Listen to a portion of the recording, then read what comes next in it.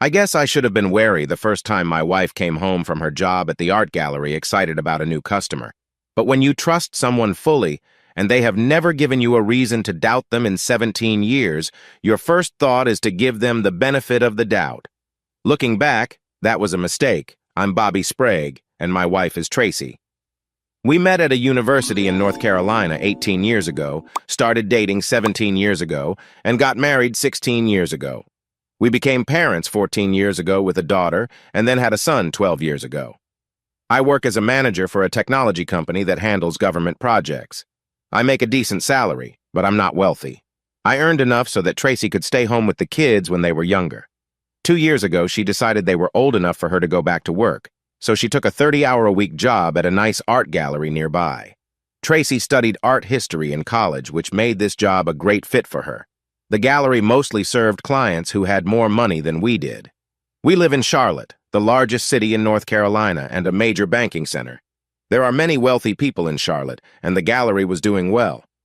Tracy enjoyed meeting these clients and stepping into their world before returning to her everyday life. Sometimes I got to see that world too when Tracy worked special events at the gallery, and I was allowed to attend with her. It was thrilling, really, to spend time with people in powerful positions. As a computer manager, I don't often get to mingle with executives, politicians, or bank leaders. Occasionally, Tracy would come home buzzing with energy after meeting someone important. The kids and I would notice how happy she seemed for a while before she went back to her usual routine. She often had a tendency to be a bit negative about life. The kids would usually sneak off to their rooms, leaving me to handle her thoughts about our life for the rest of the evening. Most of the time, I took it in stride. When it got overwhelming, I would slip out for a long run to clear my head. For several weeks, Tracy had been talking enthusiastically about a cryptocurrency expert who had recently become a patron of the gallery. His name was Jackson Aloysius Fairchild, a 28-year-old who was said to be a billionaire. He had just moved into a fancy new home and wanted art that matched his high status, Tracy said. She seemed impressed by him, although she also thought he came across as quite confident. She said he was good-looking and energetic, often talking about his love for sports like biking, squash, and tennis. Tracy's excitement about this new visitor wasn't surprising, so I let her share her thoughts for the next couple of weeks. Soon enough, the talk slowed down, just as I had expected. I didn't hear anything else about Jackson Aloysius Fairchild until I met him at the gallery's Christmas event a few weeks before the holiday. I have to admit, he was tall and well-built, around 6'2" and 190 pounds, looking sharp in his nice suit. He had blonde hair and bright blue eyes, which struck me even from afar. I wasn't ready for that. I spoke with him briefly when Tracy introduced us. During that short exchange, I noticed him looking at my wife in a way that made me uncomfortable. She looked wonderful in her stylish outfit, but there was something in his gaze that felt wrong. Tracy was too caught up in the celebrations to notice, but I did. When Tracy moved on to chat with other guests, I went to the bar. I ordered a drink and found Kenny Johnson, the husband of one of Tracy's co-workers, with whom I had a friendly bond. We talked about a sci-fi show we both enjoyed. After spending some time with Kenny, I decided to explore the event, too. About an hour later, I saw Tracy in a small group, but Jackson Aloysius Fairchild was too close to her for my comfort. I went back to the bar to get Tracy her favorite drink before approaching the group. After introducing myself, I handed Tracy her drink and gently moved Jackson's hand away from her side, where he had placed it. He didn't say anything but smirked as he removed his hand. I chatted with the group for a few more minutes, and then Tracy continued to socialize, while I went in a different direction, making sure that Jackson wasn't still around. I thought I would see Tracy as I moved about, but after about an hour, she was nowhere in sight. I looked around again and didn't see Jackson either. Feeling uneasy, I made a more determined effort to find Tracy. I checked the gallery and the offices but came up empty, so I stepped outside to check around the building. Small clusters of people were talking outside, wrapped in their coats and looking ready to leave. But still, no sign of Tracy. Then I noticed what looked like a couple sitting closely in a running black Lincoln Navigator. The two were huddled together in the middle seats, which were like one long bench. I figured it was Tracy and Jackson. I walked up to the car and opened the door next to the woman inside. They looked startled. It was clear they were having a private moment. "Time to go, dear." "Now," I said firmly but politely. We, we, we were just, Tracy stammered while Jackson smiled at me. I don't care. It's time to leave, I replied softly. Really, Bobby, you should come in and check out this sound system, Jackson said. It's really amazing. The music was loud with strong beats and drums. I noticed that neither of them seemed to be really listening. Another time, Jackson. We have to go now, I said in a casual tone. I helped my wife out of the car, and we walked toward where my truck was parked. Wait, I can't leave yet. The party lasts for another 2 hours. I have to stay and help host, Tracy insisted. If your boss has a problem with this, he can call me, I said firmly. What were you thinking? We were just enjoying the sound system in his car. It's impressive, she said, sounding excited. Sure, I replied, not as thrilled. By the time we got home, Tracy was upset with me for stepping in and refused to talk. She acted like a victim, and for the next couple of weeks, things felt tense between us. This was not like her. Tracy usually got over her bad moods quickly. When things remained chilly for 2 weeks, I realized this issue was bigger than I had thought. I called Reed Powell, my old college roommate and lawyer. Back in college, Reed often seemed lost. I'm not great in social situations, but I can talk to people. I helped Reed out, gave him style tips, and introduced him to some nice girls.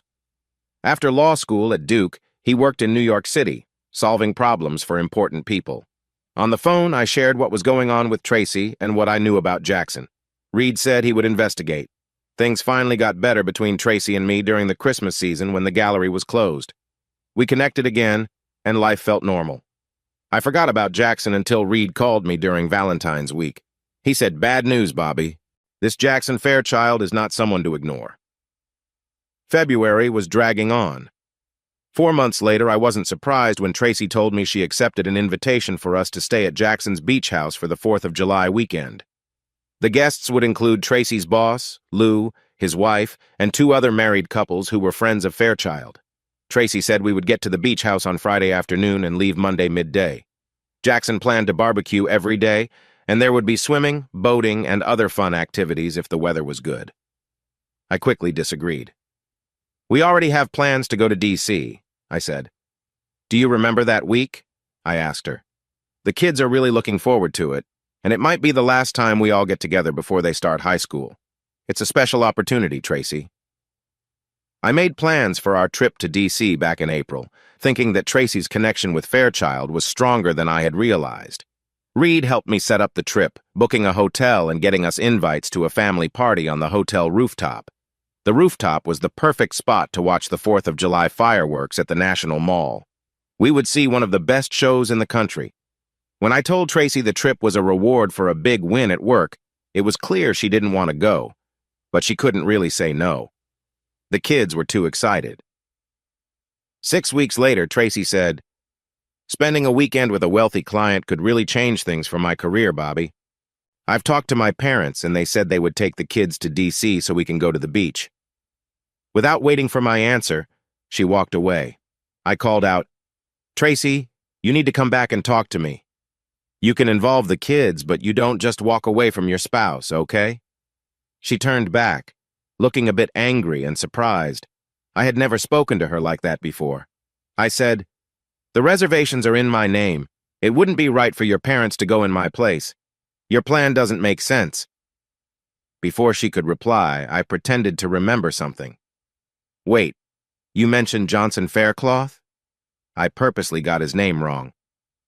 "You know his name is Jackson Fairchild, Bobby," she said, sounding annoyed, like she was correcting a child. "Is that the man whose car I helped you out of at the Christmas gala?" I asked. She blushed and seemed embarrassed. She started to say something, but I cut her off. "First of all, that guy is not a billionaire. I did some research. His wealth is actually a lot less than he claims. And second, every penny he has ties back to his company, which is way overvalued. Fairchild's company, called Kryptonite, worked on a cryptocurrency called doubloon. I know a security researcher who found problems with the blockchain for his currency. Fairchild has been lying about his wealth for the last 2 years. His currency isn't real. When doubloon fails, Kryptonite will too. After that, he will be in a worse financial spot than us and might really struggle."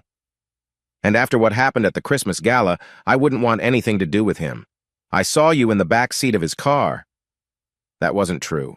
I hadn't seen anything, but I was curious about how she would respond to my comment.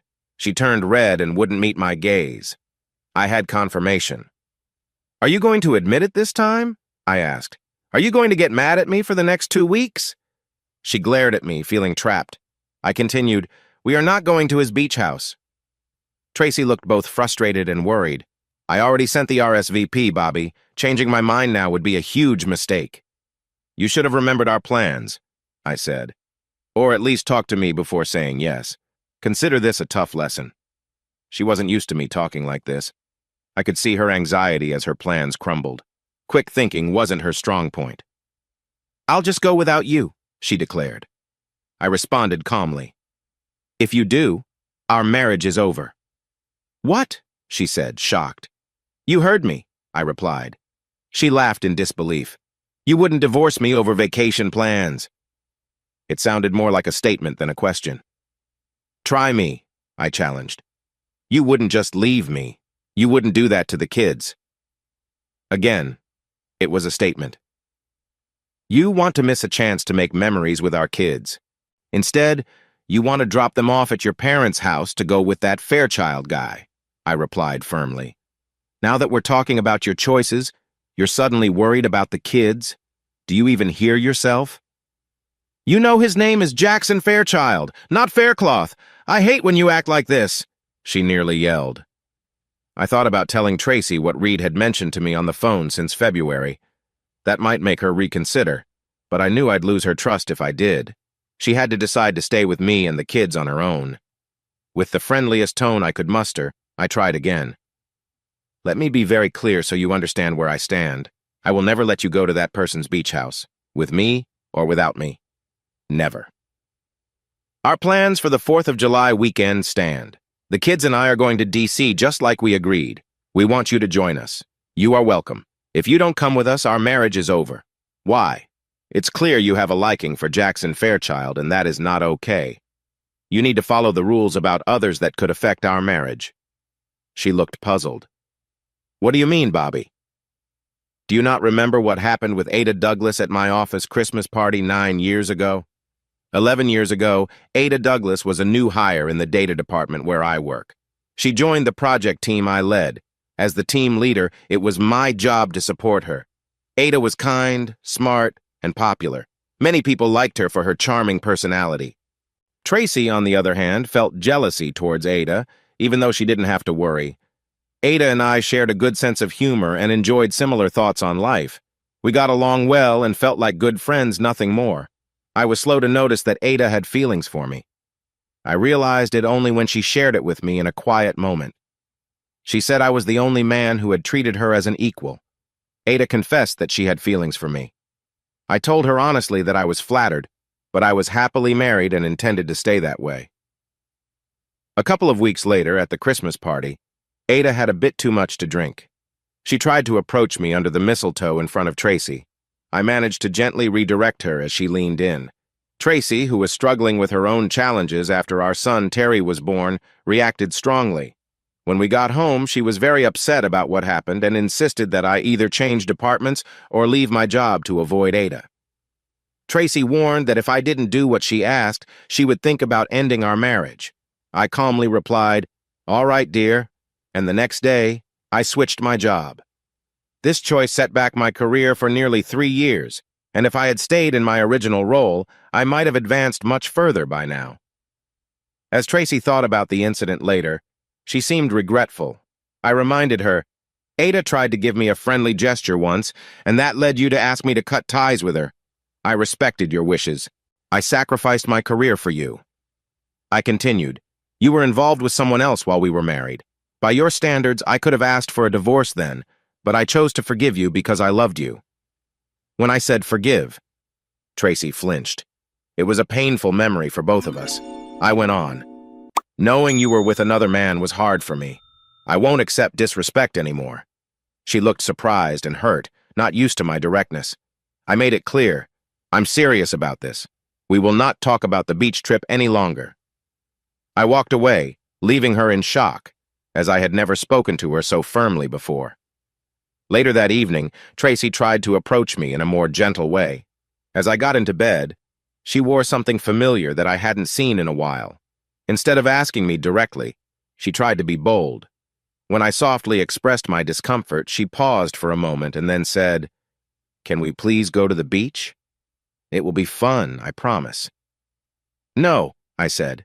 She kept trying to persuade me about the beach trip, getting more persistent with each moment. I stood my ground, feeling more annoyed as time went by. Eventually, she stormed off to the bathroom, returning a few minutes later, still a bit playful but clearly frustrated. "Bobby, that looks uncomfortable.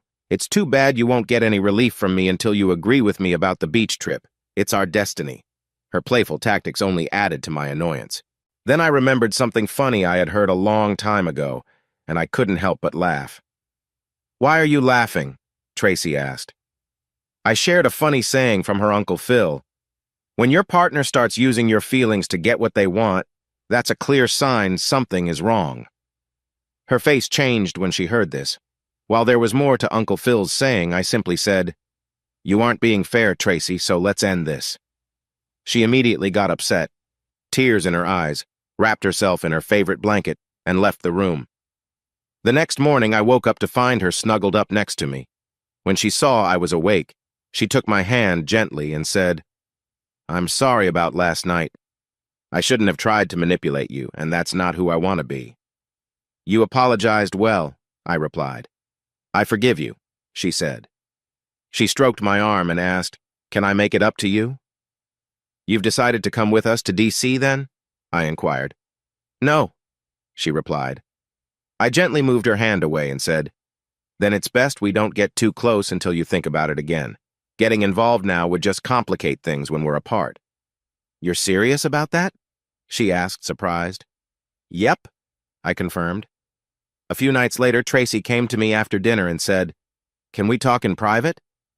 I expected this. I followed her into the bedroom and sat on the bed. She joined me. "Bobby, I tried to back out of the beach weekend today. I told Lou I was pulling out and he flipped out. I begged him to let me back out, but he wouldn't. He thinks it will upset Jackson and hurt his business with us. He said if I back out, I'm fired. I really love this job and there aren't many options for people with my skills. I have to go." She sounded very sincere. I couldn't believe she could lead me on like this. "When did you have this conversation? What time today?" I asked gently. "What?" she replied. "What time today did you talk to him?" I pressed. 10 o'clock? Lunchtime? 3 o'clock, she said, looking anxious. "Why do you ask?" "When you asked me to pick up pizza after I got home tonight, I used your car," I said. "You left your phone in there. I started to worry that you might have to go on the beach trip even if you didn't want to, so I called your boss, Lou, to ask about it. Want to know what he said? I took out your phone and typed in the unlock code. Your eyes widened in surprise. You had just changed the code and you didn't know I knew it. "Give me that," you said, reaching for the phone, but I pulled it away. "I recorded my call," I explained. "Let me play it for you." I hit play on the recording app on your phone. The phone rang once and Lou answered quickly. "Lou, hi there. Are you ready for the weekend? Jackson can hardly wait." Bobby. "Excuse me?" Lou, sounding confused. "Bobby?" Bobby. "Yes, Lou. It's me. Sorry to call you, I know you're busy, but Tracy is really upset and asked me to talk to you." Lou, you sound upset. Is everything all right? Bobby. "My mother has been diagnosed and it's been hard. They say it feels like she's not here anymore." Lou. "Oh no, that's awful." Bobby. "They've said she has a limited time left. We need to be there this weekend, all of us. Tracy is really worried about canceling the beach trip." Lou, puzzled. "Why?" Bobby. "She fears it will upset Justin Fairlawn and hurt an important account. She thinks if she pulls out, she might lose her job." Lou, laughing. "That's Jackson Fairchild, Bobby. Tracy is quite thoughtful, isn't she? You should tell her there's no need to worry. I've been to many of these weekends, and there's usually someone who has to pull out last minute. I had to do it myself this spring. Jackson is a good guy. He'll understand." Bobby. "So if she skips it, it won't put you in a bind? The gallery won't face problems?" Lou. "Not at all. Jackson might feel a little disappointed. He really enjoys Tracy's company, and I think they were both looking forward to the time together. Bobby, surprised. What do you mean by that, Lou? Is there something I'm missing between them? Lou, hastily. Oh no, you've misunderstood. They're just good friends. They chat for hours every week. Bobby, really? Lou, calming. Yes, Jackson comes in on Wednesdays when Tracy and I work late. He arrives around 4 and they sit at the coffee table to talk until we close at 9. Right before we close, he buys something small just to spend more time with her. Then he leaves while Tracy and I lock up. Yes, they're just great friends. Bobby. So Jackson won't mind if Tracy skips this weekend? Lou. Not at all. Tell Tracy not to stress. She can skip the trip and take all the time she needs for her family. Bobby. Okay, I'll have her let you know what the plan is tomorrow. Thanks, Lou. You're really helpful. Lou. I'll be thinking about you and your mom, Bobby. Tracy was upset and wouldn't look at me. She tried to argue back. You lied to him. Your mother has been gone for 3 years. Tracy, you misled me, I said calmly. Not just once, but several times. You misled me about your relationship with Johnson. You misled me about the beach trip. You misled me about what would happen if I didn't attend. I lightly touched her chin and turned her face to meet mine. I will give you one chance to be honest. Being honest means you tell everything. Her face turned bright red. I know more than you think I do and can verify anything you say. Be truthful, and everything better be accurate. If you only tell part of the truth, we're finished. One more lie and we're done. If you leave anything out, we're done. You need to explain why Lou called you hot stuff, and why he mentioned Jackson. Bobby, why are you being so hard about this? Tracy asked. Is that all you have to say? I replied. You want to give up on our marriage because you can't be honest with me? I took a deep breath and said, think about how I feel. I've been getting ready for this, she remarked as if she had a strong case. On Saturday, I'll spend most of the day with Jackson while you hang out with the guests. Jackson and I will stay friendly during the day and build some excitement. After dinner, we'll all enjoy fireworks at the beach. After the fireworks, everyone will head back to the house to relax. I will tell you that Jackson asked me to spend the night with him, and I said yes.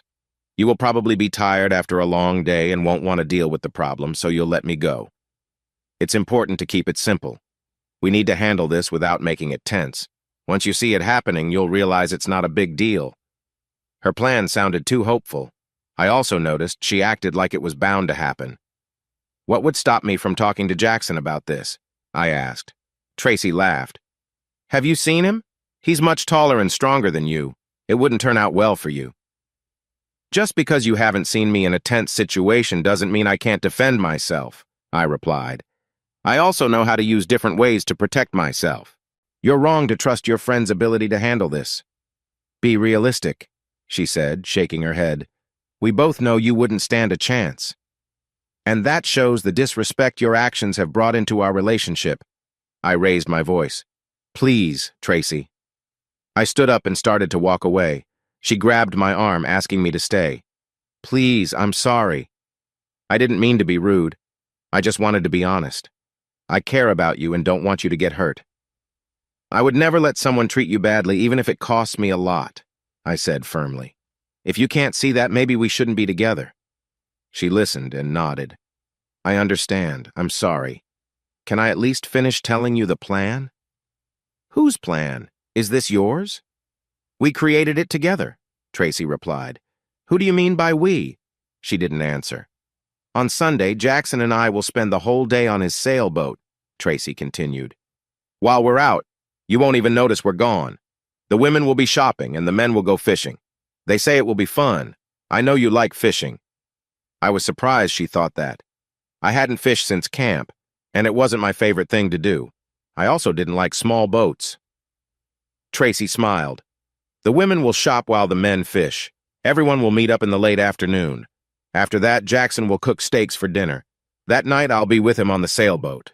Then I'll come back to you on Monday morning. We can spend the day together and have all afternoon to catch up. Catching up? I asked. Yes, this is what I'm looking forward to. Once you know I've been with another man, you'll be really interested in our relationship again, she said. How can you think this is okay? I questioned. We're being honest about it, she replied. It's not betrayal if you know. You're mistaken, I said. Knowing isn't the same as allowing it. When we got married, you promised to be faithful. Breaking that promise, even with communication, still hurts. She looked surprised. Then just give me permission. We both want to keep our marriage strong. We love each other and want the best for our kids. I said gently, No, Tracy. The way to protect our family is to avoid hurting each other in the first place. Cheating is what breaks a family apart, and it's the one who betrays trust who is responsible. If you really care about our children, you wouldn't choose this path. She didn't like my response. That's not true. You love me. You won't leave me over something so small. You think betrayal is small? I asked. Do you remember what happened with Ada Douglas? This time is different. She was just someone who made a mistake. Jackson is a great guy, she said. When do I get my fun? I asked. What's your plan for that? She looked confused. Why would you need fun? Let's say, just for example, I suddenly became very attracted to a woman who is 10 years younger than you. Someone who is more charming and lively, like Ada Douglas, who starts showing interest in me just as enthusiastically as Jackson does for you. I tell myself that I really need this, and I hope you wouldn't leave me over something so small. Are you going to accept that? I asked. She flinched whenever I used air quotes. She looked at me with anger. You love me, Bobby. You wouldn't do that to me. Do you love me as much as I love you? I asked her. Of course, she replied. You say you love me so much, but you just told me you've been planning with Jackson for months to do something like that to me. This hurt her deeply. The truth I was saying was too much for her to handle. She looked away from me. Your situation is not like mine, Bobby, she insisted. Can you explain the difference? I asked. You haven't met someone like Jackson. That's why. Her tone was sharp. Face it, Bobby. Beautiful and successful women who want to be with you aren't exactly lining up. Hearing her say that made me angry. Again, you show so much disrespect for me, I replied tiredly. If you think Jackson is so much better than me, I won't stop you. The door is right there. Don't let it hit you on the way out. I don't want to leave you, Bobby, she said quickly. I want to stay with you and see what happens with Jackson. Both can happen if you would just stop being so stubborn. I stood up and faced her. Listen carefully. This is a very important moment for us. She looked up at me. I knew this might not change anything, but I had to stand firm for my own peace of mind. I said this as clearly as I could without shouting. I will never accept you being unfaithful. If you get involved with someone else, our marriage will end. I need you to understand that. There is no situation where I will allow this. Do you get that? She nodded. The fact that you have been planning this has pushed me to my limit. I believe our marriage might be over no matter what happens. I'm setting a clear boundary. If you cross it, we are finished. I know you have the day off on Thursday. If you don't tell me you're going with the family to D.C. by 9 a.m. on Thursday, I will end our marriage. If you don't cut ties with Jackson by 9 a.m. on Thursday and end that friendship, I will end our marriage. If you ever act upset because I won't allow you to stray from our agreement, I will end our marriage. Do you understand? That is not up for discussion. Honestly, I don't need this, and I don't need you. I only make this offer because of the good times we had together. The choice is yours.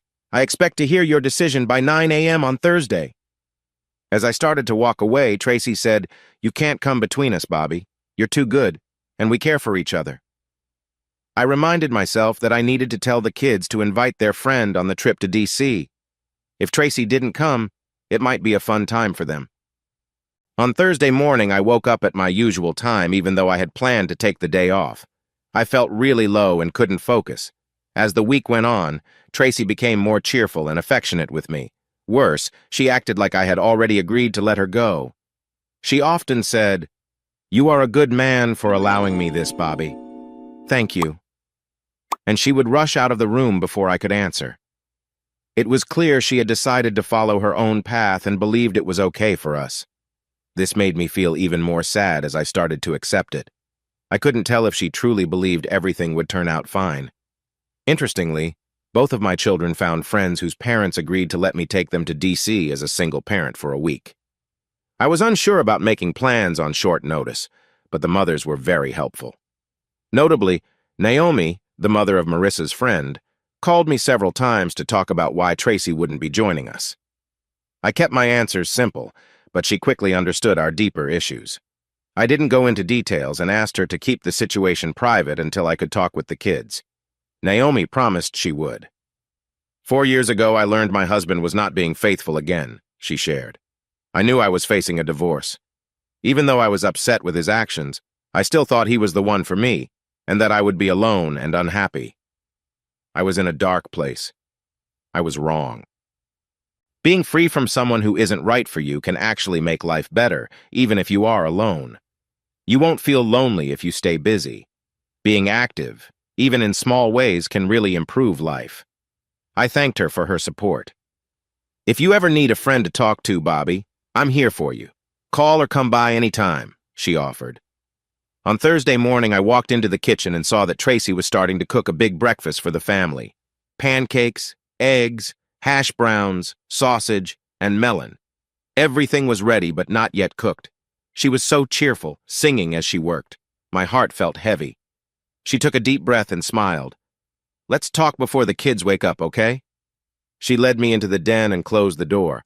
Looking at me with determination, she said, I have made my decision, Bobby. I'm going to the beach. While I'm there, I will be spending time with Jackson. I know this is hard, but it's something I need to do. I'm asking you to give me this space. I believe our love is strong enough to handle this, and when you bring the kids back from D.C., I will be ready to reconnect. What she said felt rehearsed, like someone had written it for her. She took a deep breath to find her courage. Since you're not coming to the beach, I will spend the whole weekend with him. It was supposed to be just 2 days, but now I'm taking the full 4. I want to be honest about that. Jackson promised me that if it feels wrong, I can come home anytime. You have my word on that. This week I talked to Jackson about our future. He knows I want to stay with you, and that you don't want us to keep being together. We agreed to end things completely after this weekend. I promise I will stop all contact after that. She clenched her jaw and said, Jackson helped me see that part of why you're upset is because I have this chance and you don't. He suggested I give you the same, 2 days with someone else. I know it seems unfair, but I'm offering that to you, even though I hope you won't take it. I have 2 conditions for this offer.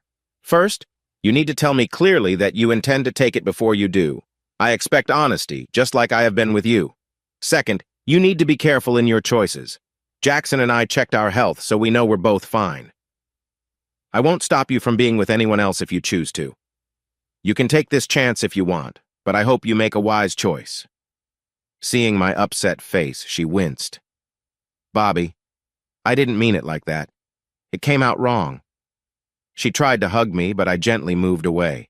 She seemed to expect me to say something, but I stayed quiet for 2 full minutes. As she waited, tears began to fall. Aren't you going to say anything? She finally asked. There's no way Jackson is a better choice than me, I replied. If you can't see that, you don't deserve to be my partner. Tears streamed down her face as she tried to hug me again, but I stepped back once more. You misunderstood. I didn't give you that kind of chance. I don't want you to have a pass. I firmly say no to you being with anyone else. I made it clear that going to the beach was the end for us. You have just ended what we had. Please, Bobby, don't end this conversation, she pleaded. I stood up to leave. Only people in relationships talk like this, Tracy. Please, Bobby, we need to talk about this if we're going to fix it, she insisted. There's nothing to fix, ever. I made that very clear. She looked uneasy. No, please don't say that. Surely you're not surprised. I told you exactly what would happen. How could this shock you? Tracy suddenly looked scared. She said, he told me you would accept it. He said you would take me back. Who? I asked.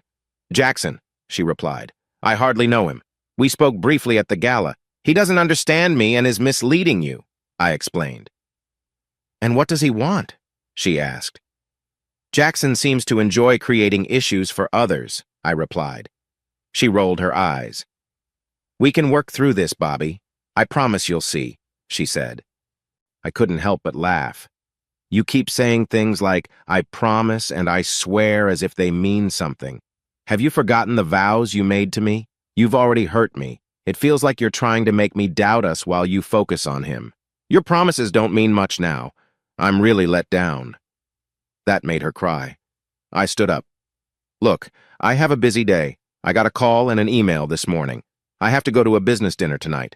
If you care at all, you'll come with me. Will you do that? She brightened up. That sounds great. Where and when? Queen City 502 at 7 p.m. Wow, this dinner must be important, huh? Very important. I'm leaving by 6:15 p.m. sharp. Please be ready, or I will go without you. She smiled. Should I dress nicely or keep it simple? This is a work event, but it's also social, I replied. Wear whatever you feel comfortable in. I have just the right outfit, she said eagerly. I could tell she wanted to impress me later. She thought she could win me back by highlighting what I might be missing. She had no idea what was ahead. I left the house before Tracy finished breakfast. I dressed as if I were going to work. She frowned. Aren't you having breakfast with us? No appetite, I said. I'm just not feeling great. She started crying again. I picked up my bag and headed out without saying goodbye. Tracy followed me to the garage and said, I thought you were off today. I have to go in. It's about the dinner tonight, I explained. I drove to Naomi's house. She worked from home, so I knew she would be there. She greeted me with a smile. What brings you here? She asked. You said I could talk to you if I needed a friend, I said. I need someone to listen today. Would you like some coffee? She offered. Yes, please. Come on in, and I'll make some, she replied. Almost 2 hours later, Naomi said, Wow, I thought my divorce was tough. I'm sorry, Bobby. You've really been through a lot. I know you care about both of us, and I appreciate your friendship. I came to you because I want an honest opinion. Am I rushing to end the marriage before there's been any real betrayal? Naomi shook her head. That's a tricky question. She has already put some emotional distance between you two and has misled you in many ways. I have been in therapy after my own marriage problems. What often harms relationships after trust is broken is the lasting hurt feelings. From what I've seen, you're not acting too quickly. So you don't think I'm making a mistake by ending it now? I asked. An emotional affair is still an affair. Based on my experience, your timing seems right. Your lawyer probably knows all the legal details. No matter what you choose, taking clear steps is important. Making choices is vital for your well-being, she said. Exactly, I responded. What you're doing shows the proactive attitude I talked about. You're managing this situation much better than I did. I was a wreck when I found out about my situation. Honestly, I've been seeing a counselor since February, I admitted. My investigator helped me see their messages, and when I found out they were planning to take things further, it broke me, and I reached out for help. The counselor helped me understand that it wasn't my fault. I stood up to leave. I've taken up so much of your time, and I apologize for that. Thank you, Naomi. Your support has meant a lot to me. If you ever need anything, just let me know. She smiled and said, There is something you can do. What is it? Can I smell your hair? She asked playfully. I thought this was a strange request, but I nodded. She stepped closer and took a whiff of my hair. With a satisfied look, she made a noise that suggested she enjoyed it. Oh yeah, she said, lightly brushing against my arm. Can I ask what that was about? I wondered. She replied, When I was in college, I noticed that the better I liked a man's scent, the better we connected. It seemed to be a chemistry thing. How did I do? I asked. I really like the way you smell. Your scent is definitely one of the best I've come across, she said with a playful smile. My heart skipped at her words. For a moment, I thought about what her interest in me might mean. I couldn't help but look at her with appreciation. Unlike Tracy, who was shorter than me, Naomi was also shorter but had a leaner frame. Naomi had a striking face. With nice cheekbones and bright, honey-brown eyes, she had a captivating presence. Her bold eyebrows added depth to her expressions, and I always thought her slightly prominent nose gave her character when she smiled. I noticed her outfit. Naomi wore yoga pants and a fitted workout shirt. While Tracy had more curves, Naomi had a trim waist and athletic legs that complemented her fit appearance. Her figure was balanced and striking in its own way. I had always admired Naomi's intelligence and charm. She was not only the most attractive in Tracy's friend group, but also had a wonderful personality. The idea that she liked me made me feel happy. I smiled at her, silently asking a question. Her expression was unforgettable. She said so much without needing to speak. With a confident move, she sat next to me on the couch. "I'll be honest, I've had a crush on you for a long time," she admitted. "Me?" I asked, surprised. "You have so much going for you that you may not even see. You're good-looking, fit, smart, and funny. You're a great dad, and we all admire how you treat the women around you with kindness," she explained. "When I was going through my divorce, just knowing you were out there made me feel better. I wanted to be with you, but I have my principles. Now that you're single, I don't want to miss my chance. I know you might be dealing with a lot right now, but when you're ready, I hope you'll let me be a part of your life. No pressure, just a chance to be together." I was surprised and felt my cheeks warm. This clearly made her happy. "My answer is yes," I said. Her laughter filled the room, and I couldn't help but laugh too. After a moment, I asked, "Can I smell your hair?" "Sure," she said with a playful smile. She wore her curly, light brown hair in a ponytail, and I leaned closer to enjoy her scent. It was lovely, even better than I remembered, bringing back happy thoughts. "Wow," was all I could say. Naomi smiled knowingly. "I feel that too." I looked into her eyes. "Any idea when you might want to see me?" she asked teasingly. "I get back from D.C. a week from tomorrow," I replied. Her laughter returned, and I loved how it sounded. "I've always liked your sense of humor." I was only half joking. I did plan to be completely free by then. After visiting Naomi, I came home to find Tracy gone. The kids were at the neighborhood pool, so I decided to go for a run to relax. Just as I got out of the shower that afternoon, Tracy walked in, looking refreshed from her salon visit. Her hair had been styled, and she wore a colorful headscarf. She also had on eye-catching slides that highlighted her freshly polished toenails. She caught my eye in the mirror, giving me a teasing look that seemed to say she was ready to impress. "Are you going to be much longer?" she asked, wanting the bathroom to herself. "I'll be done in 2 minutes and then I'll get dressed," I said. "I can get ready in the guest bedroom." After finishing up in the bathroom, I put on some comfortable clothes and picked out my best suit from the closet. Tracy had changed into a robe when I was ready to leave the bedroom, and she called out, "Bobby, wait, I want to show you something." I turned to her. She said, "That's not how it is. I had it done." "Oh, really? Did you do all of this for Jackson this weekend?" I asked, feeling a mix of anger and disbelief. "Thanks for putting me in this situation before it even begins. Tell me, how much did I pay the salon for this? Or did Jackson cover it?" I raised my hand to stop her from answering. "No, don't reply. Either way, it would probably just upset me." I started to walk away, but she called out, "Bobby, no, I did it for you. You've asked me to do this for years. I just wanted you to be happy." Her words made me stop. I didn't want to argue, but I couldn't help it. "Everything you've done seems to be for you, not for us. It's hard to believe you remember that we are us." Tracy looked hurt, which was what I aimed for. She said, "No, I did this because Friday was meant to be a special night for you. I was getting ready as a way to show my appreciation." I cut her off. "Enough. I really don't want to hear it. I have to say this." There was no anger in her voice. It was desperation, which was unusual for her, so I gave her a chance to continue. "Tonight is still your special night. I want you to know that something memorable is coming." She spoke with excitement. "I need to point out something that seems clear to me but might not be to you," I replied. "If you weren't planning to see Jackson this weekend, there'd be no need for all this. We've been together for 17 years, and you've never made an effort like this for me, not even on our wedding day. No matter how you explain it, Jackson is the reason for all this work."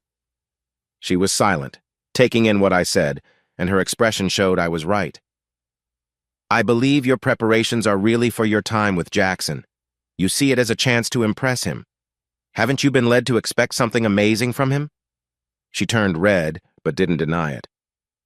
"Because you look forward to this. You plan to impress him just as much. You want to show him that you matter, don't you?" The silence that followed and her embarrassed face said everything. So don't try to convince me that this is all for me. For 17 years, you could have made such efforts for our relationship, but you chose not to.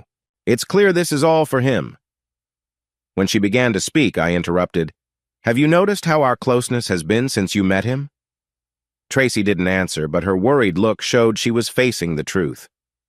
"How would you describe our closeness since I found out about your connection with him?" I asked. She looked troubled and seemed to struggle to think. "The words I would use are rare, lackluster, disengaged, and obligatory. We've shared a few close moments over the past few months, and even when I tried to connect, there were always excuses." Her face showed a mix of shock and understanding. "It looks like you're starting to get it," I said. "I put in a lot of effort to improve our relationship, but I didn't get much back from you. You haven't been interested in us for a long while, and suddenly, I'm supposed to believe that your new attention is really for me? The truth is, this special night you planned seems more about making yourself feel better for what you have in mind for the weekend. Your tricks are exhausting, and I won't take part in them," I said firmly. "I won't accept any gestures from you that just ease your guilt. You need to feel the weight of that guilt." I turned and walked away before she could respond. Tracy came down about an hour and a half later, and she looked stunning. I had to admit that she was really trying to impress me before her weekend at Figure 8 Island. She had determination. She wore a blue cocktail dress that was bolder than her usual style. Blue was her go-to color when she wanted to make an impression, reminding me of the dress she wore to the Christmas gala. The neckline of her dress framed her features nicely, and the fitted bodice highlighted her shape. The skirt twirled and ended just above her knees, flowing gently as she moved, making her legs appear even more elegant. The whole look was a mix of fun and class. As I watched her, I could see she was full of confidence. Knowing her, she would have chosen something comfortable to wear. As if she sensed my thoughts, she playfully lifted her skirt a little, showing some elegant details underneath that suited her outfit well. In all our years together, I'd never seen her in anything like that, and I couldn't help but stare. She laughed, thinking I was enjoying her playful moment. Tracy was holding a pair of stylish closed-toe shoes in her left hand. They looked like they had only been worn a few times, and I recognized the brand. I realized I would probably be shocked at how much they cost. Tracy smiled at my reaction. "Do you like it?" It wasn't really a question. "Your dress is beautiful, but it is quite daring for you," I said kindly. "Are you comfortable in it?" She laughed. "I was the first time I wore it, but now I'm used to it." As soon as she said that, she realized her mistake. "Oh, I see.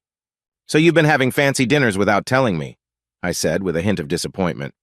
"I assume your dinners were with Faircloth? That's quite surprising. I have to say, when you choose to keep secrets, you really go deep." She looked like she might cry. I said, "No way. You need to toughen up now. We don't have time for a makeup fix. Let's take your car so you don't attract attention when you get into my truck." I said this to stir her up. I knew her anger would help stop her tears. I was right. Queen City 502 was a private club that felt like a fancy bar and restaurant.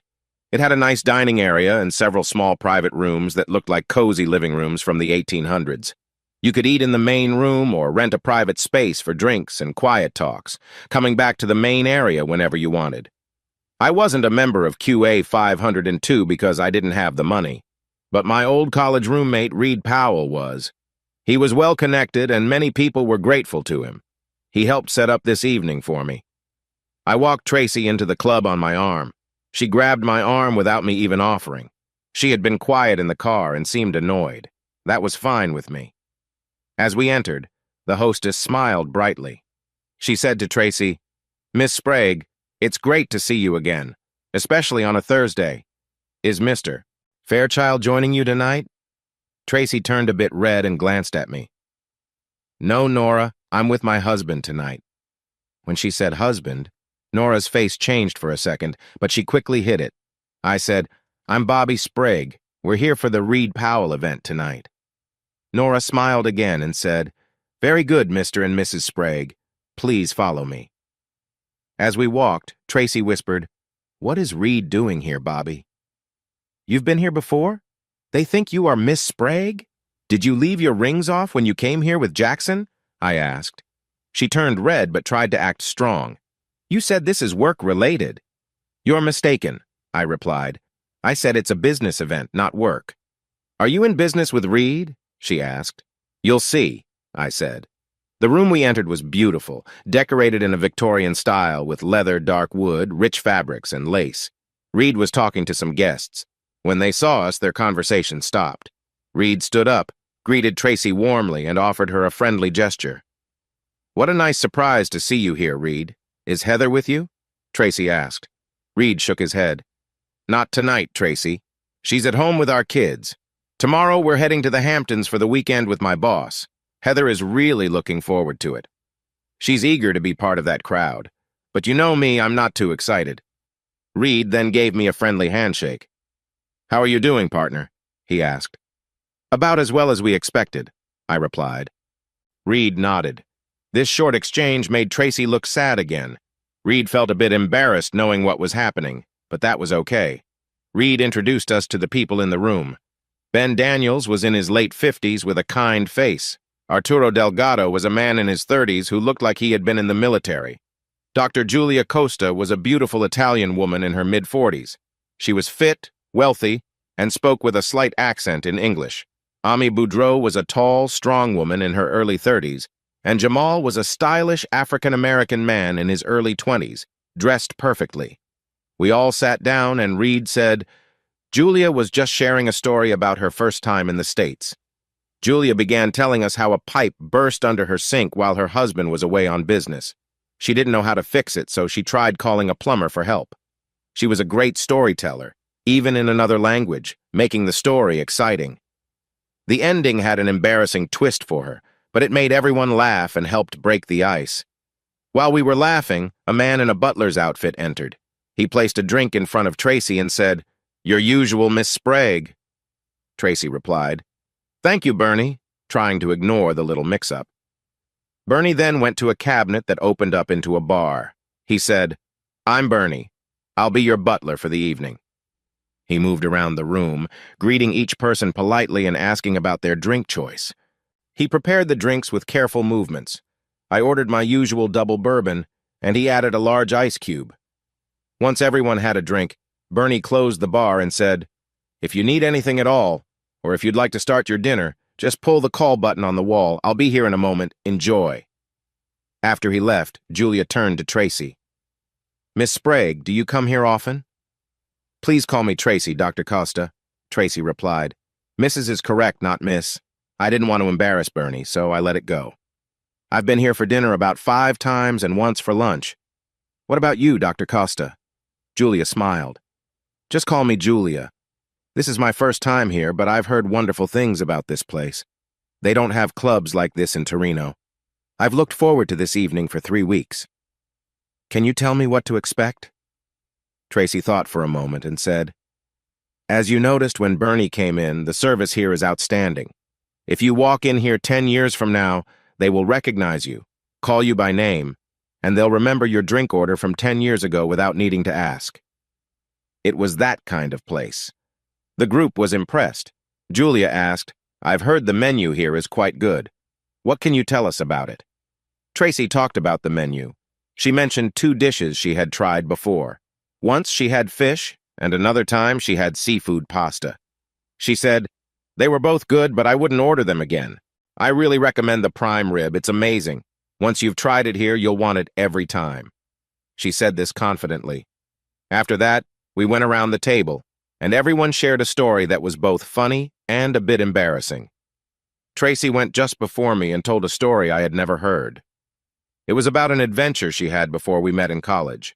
Her boyfriend at the time pulled her into a dark room at a party to share a kiss. Halfway through, she realized she was not kissing her boyfriend but someone else. She noticed some differences and saw her boyfriend in the room, which really upset her. She said she quickly grabbed their clothes and tossed them outside. She ended her story by saying, "I never did get my things back." Everyone laughed, and Tracy felt pleased until she saw my reaction, which disappointed her. She had never shared such stories before, and she had certainly never told me she could be that way. I found myself asking again since the Christmas gala, "Who is this woman and what happened to my wife?" Before I could say anything, Reed jumped in and said, "Before we hear Bobby's story, I must say I'm really hungry and can't wait any longer. How about we get some dinner?" Everyone ordered the prime rib. As Tracy promised, it was wonderful. She enjoyed the compliments for her choice.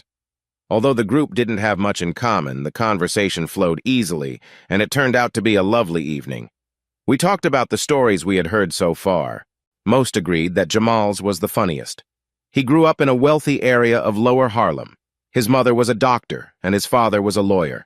Jamal was 12 when his mother, Dolores, left their family. She had been happily married and loved her family until a woman named Jeanette came into her office for a checkup. Jeanette was also happy in her marriage and was excited to be having her husband's child. 6 weeks later, they both left their husbands and ran away together to Paris. It affected two families deeply. Jamal mentioned that it hit his father hard. His father decided he needed to leave New York immediately. He took a job in Charlotte with NASCAR as a media rights executive. Jamal shared some funny stories about his move that made everyone laugh. During dinner, Tracy only had a small glass of wine and was careful not to eat too much. This hinted that she still had plans for later. After dinner, we went back to the living room. A big flat-screen TV was set up in the room. When the door closed, Reed spoke up. "Tracy, before dinner we didn't ask Bobby for his most embarrassing story because everyone knows it already. His story is about you and your relationship with Jackson Fairchild, which has been on everyone's mind tonight." Tracy did not like this and seemed upset, but she stayed quiet. Reed looked directly at Tracy and continued, "Everyone here knows about your feelings for Fairchild and that you want to move your relationship forward this weekend. You should think carefully about this. We are here to talk to you. Jackson Fairchild may not be who you think he is, and you need to be careful." Tracy shot me an angry look. "How could you? How dare you bring up our personal lives in front of others? This is so embarrassing." She stood up quickly, surprising everyone. Amy immediately stood and moved in between Tracy and me, her presence making Tracy sit back down. Amy took a seat next to Tracy. "Tracy, this isn't an attack," Reed said calmly. "This is a serious talk. We want to help you avoid making a choice you might regret. Will you listen to us?" Tracy looked around the room, crossed her arms, and said, "I'm listening." "We know you may feel outnumbered," Reed explained. "This team has been working together online for months, and you've only met me. Let me introduce everyone and what they do. Ben is our lawyer. He has been practicing law for 30 years and will help Bobby with upcoming legal issues. Julia, Dr. Costa, is a psychologist who knows a lot about criminal behavior. I brought her on to look into Jackson Fairchild. Amy is a security expert and is here to make sure you're safe during this time. Given the situation, having protection is very important. Jamal just graduated and is starting law school in the fall. This summer, he is helping Ben. Arturo is a private investigator. Bobby was worried about some things you did, which led him to hire Arturo after an incident at the Christmas gala. He has been looking into Jackson Fairchild for a few months and has found some troubling information." Tracy looked shocked. "You've been investigating Jackson for that long?" It was clear she understood the seriousness of this. Reed nodded. "Yes, we've found a lot of information. It seems you might not know everything about the situation. This meeting is meant to help you understand things better so you can make good choices going forward." "I'm feeling really confused," she said. "I know you all support Bobby. How can I trust what you're telling me?" "Tracy, this isn't about taking sides," Reed said. "We are here as professionals to give you unbiased advice. Our main concern is your safety and well-being. We want to help you." Tracy then asked, "So, do you all really think Jackson Fairchild is a problem?" Reed encouraged her. "If you think Jackson Fairchild is a danger, please raise your hand." Everyone except Tracy raised their hands. Doubts started to show on her face. "We will share our findings clearly," Reed promised. "Our goal is to show you that it might be best to rethink your relationship with Jackson." Reed gave a clicker to Arturo to start the presentation. Arturo clicked the remote, and a slideshow started on the TV, sharing details about Jackson Fairchild, including his background and business issues with Crypto Knight. He revealed that Fairchild's financial situation was not as impressive as Tracy thought. He claimed to have used his own cryptocurrency as his source of wealth, But that was not true. Jackson had very little money in his own cryptocurrency. He spent his earnings quickly and had less than $30,000 saved. Almost all his wealth was tied up in stocks from his own company. On paper, those stocks were worth $100 million, but he had borrowed heavily against them. He had put all his investments into one place. Arturo finished by saying, "We believe that Fairchild's cryptocurrency system is about to fail. When that happens, his stock will become worthless. His $30,000 won't even cover legal fees for the upcoming lawsuits. Financially, he is not honest with others." Then Arturo moved on to discuss Jackson's relationships. He showed a picture of a woman on the screen and said, "This is Nellie Brooks, Jackson Fairchild's fiancée." "Wait," Tracy interrupted. "Jackson is engaged?" "Jackson and Nellie got engaged last November," Arturo explained. "That was 2 weeks before he met you. Because of Jackson's past, they chose to keep it private. It hasn't been officially announced, but many people in the tech world know. Nellie Brooks is 27 years old. She earned a law degree from Stanford and can practice law in California. She works at a venture capital firm in San Jose and divides her time between San Jose and Melbourne. She comes from a very wealthy family in Australia. She is also known for her charity calendars, which she creates to raise money for cleaning the oceans." Arturo turned to a picture of Nellie lying on a beach towel. She was a beautiful blonde with striking blue eyes, cuddling a sleeping baby otter.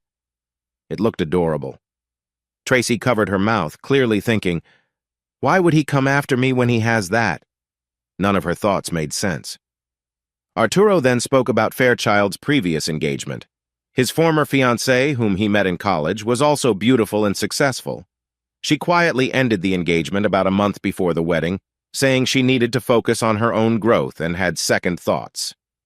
Arturo summarized, "Publicly, Jackson Fairchild goes after young women from wealthy families in the Silicon Valley area. He has dated several women like this over the past 6 years and tends to have steady, long-distance relationships. That's what people see." He showed a collage of pictures of him with different women, each photo showing Jackson with his arm around someone new. One of the pictures included Tracy. Privately, Jackson Fairchild is known for seeking out women who are already in relationships. The picture changed to a group of older couples, including Lou and Marna. In Charlotte, the friends he spends time with include couples who lead different lifestyles. He often forms connections with the women while ignoring their partners who might have agreed to these arrangements.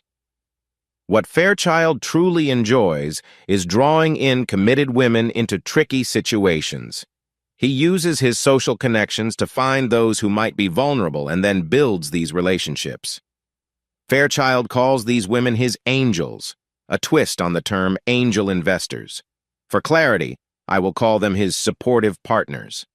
His approach shows a clear pattern. This pattern is... Tracy interrupted. "Wait, I can see where this is headed. Are you saying that Jackson Fairchild is trying to lead me astray? I don't think that's true. He's not a bad person. You misunderstand him. I've spent a lot of time with him, talking honestly. He's kind, and has never shown that he wants to take advantage of me." Reed chimed in at this moment. "Tracy, as I said earlier, we need to take this step by step. Please let Arturo finish, okay?" Tracy nodded. Arturo continued, "Fairchild's pattern is often the same. He talks to those he knows to find women who might give in to temptation. These friends then introduce the women to him, and he starts to build a connection. Over time, Fairchild and his network encourage the woman to act in ways that may not be completely fair to her partner. This process usually takes a few months. When Fairchild thinks the woman is ready, he invites her and her partner to a weekend trip. During this time, he spends a lot of time with the wife while her partner feels left out. Afterward, Fairchild keeps in touch for as long as he can, creating tension between the wife and her partner. This usually ends when the partner decides to separate. Then, Fairchild moves on. Jackson Fairchild mainly seems to target women with children. We think this is because having children can create more tension, which allows him to stay involved longer. Tracy noticed everyone in the room was looking at her. That can't be true. Jackson isn't like that. He's self-focused, but he isn't a bad guy. My team has found several couples affected by this, Arturo said. I have their files if you want to see them. Arturo pulled out a stack of papers and placed them on the coffee table in front of her. Tracy tried not to look at the stack. "How many?" Tracy asked. "We've found 12 so far. The latest case was at the end of April.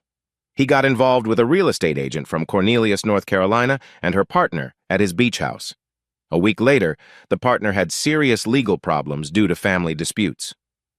Arturo handed Tracy a printout of an online news story that read, "Cornelius man charged with domestic dispute." Arturo stated plainly, "He disrupts 3 or 4 couples a year. You and Bobby would be his 13th. Tracy couldn't believe it. 13? I'm the 13th married woman he's targeted? This doesn't make sense. Why would he do this when he's about to marry a model? Arturo looked at Julia. That's in Doc Costa's area. I just share what I find. Please, let me continue. Of the 12 couples I've found, I spoke with 6 husbands and 2 wives. By combining their experiences, I created a picture of what happens. When it gets intense enough, the wife might feel tempted to stray. Usually 4 to 6 couples are invited to the retreat. The target couple and others connected to him know the plan, except for the husband of the target couple. The retreat lasts about 4 days, or sometimes 3 days if it's a short version, and the weekends follow a set routine. On the first night, which is usually a half day, the wife is encouraged to show affection to her husband to help him feel at ease. The associates and Fairchild believe this creates a connection, helping the wife to interact with Fairchild later. On the second day, the group tries to keep the couple apart. One person might take the husband on a hike or get him involved in activities, or he may be sent to run an errand. When he returns, Fairchild shows affection to his wife to stir up feelings of jealousy. Next, Fairchild tells the wife to reassure her husband. The others then encourage drinking to ease the husband's worries. They tell him he is overreacting and should just relax, aiming to cloud his judgment. Some men I spoke to thought they might have been affected by something that made them feel tired and confused. That evening, as the husband goes to bed, the wife tells him she is staying with Fairchild and leaves right away. This major decision without discussion takes control away from the husband and shows a disregard for his feelings. The wife is influenced by Fairchild and his friends to ignore his concerns, viewing it as a step in their plan. Tracy blushed, and tears streamed down her face when Arturo spoke about this. When she looked at him, she covered her face. If the husband objects strongly, the group tries to calm him, claiming he is being unreasonable while giving him more to drink until he loses consciousness. One wife mentioned that Fairchild's bedroom had a heavy door with a lock, which he said was to keep a troubled husband from entering. On the morning of the third day, the routine intensifies. Fairchild usually makes loud gestures of his relationship with the wife, making sure the husband feels embarrassed.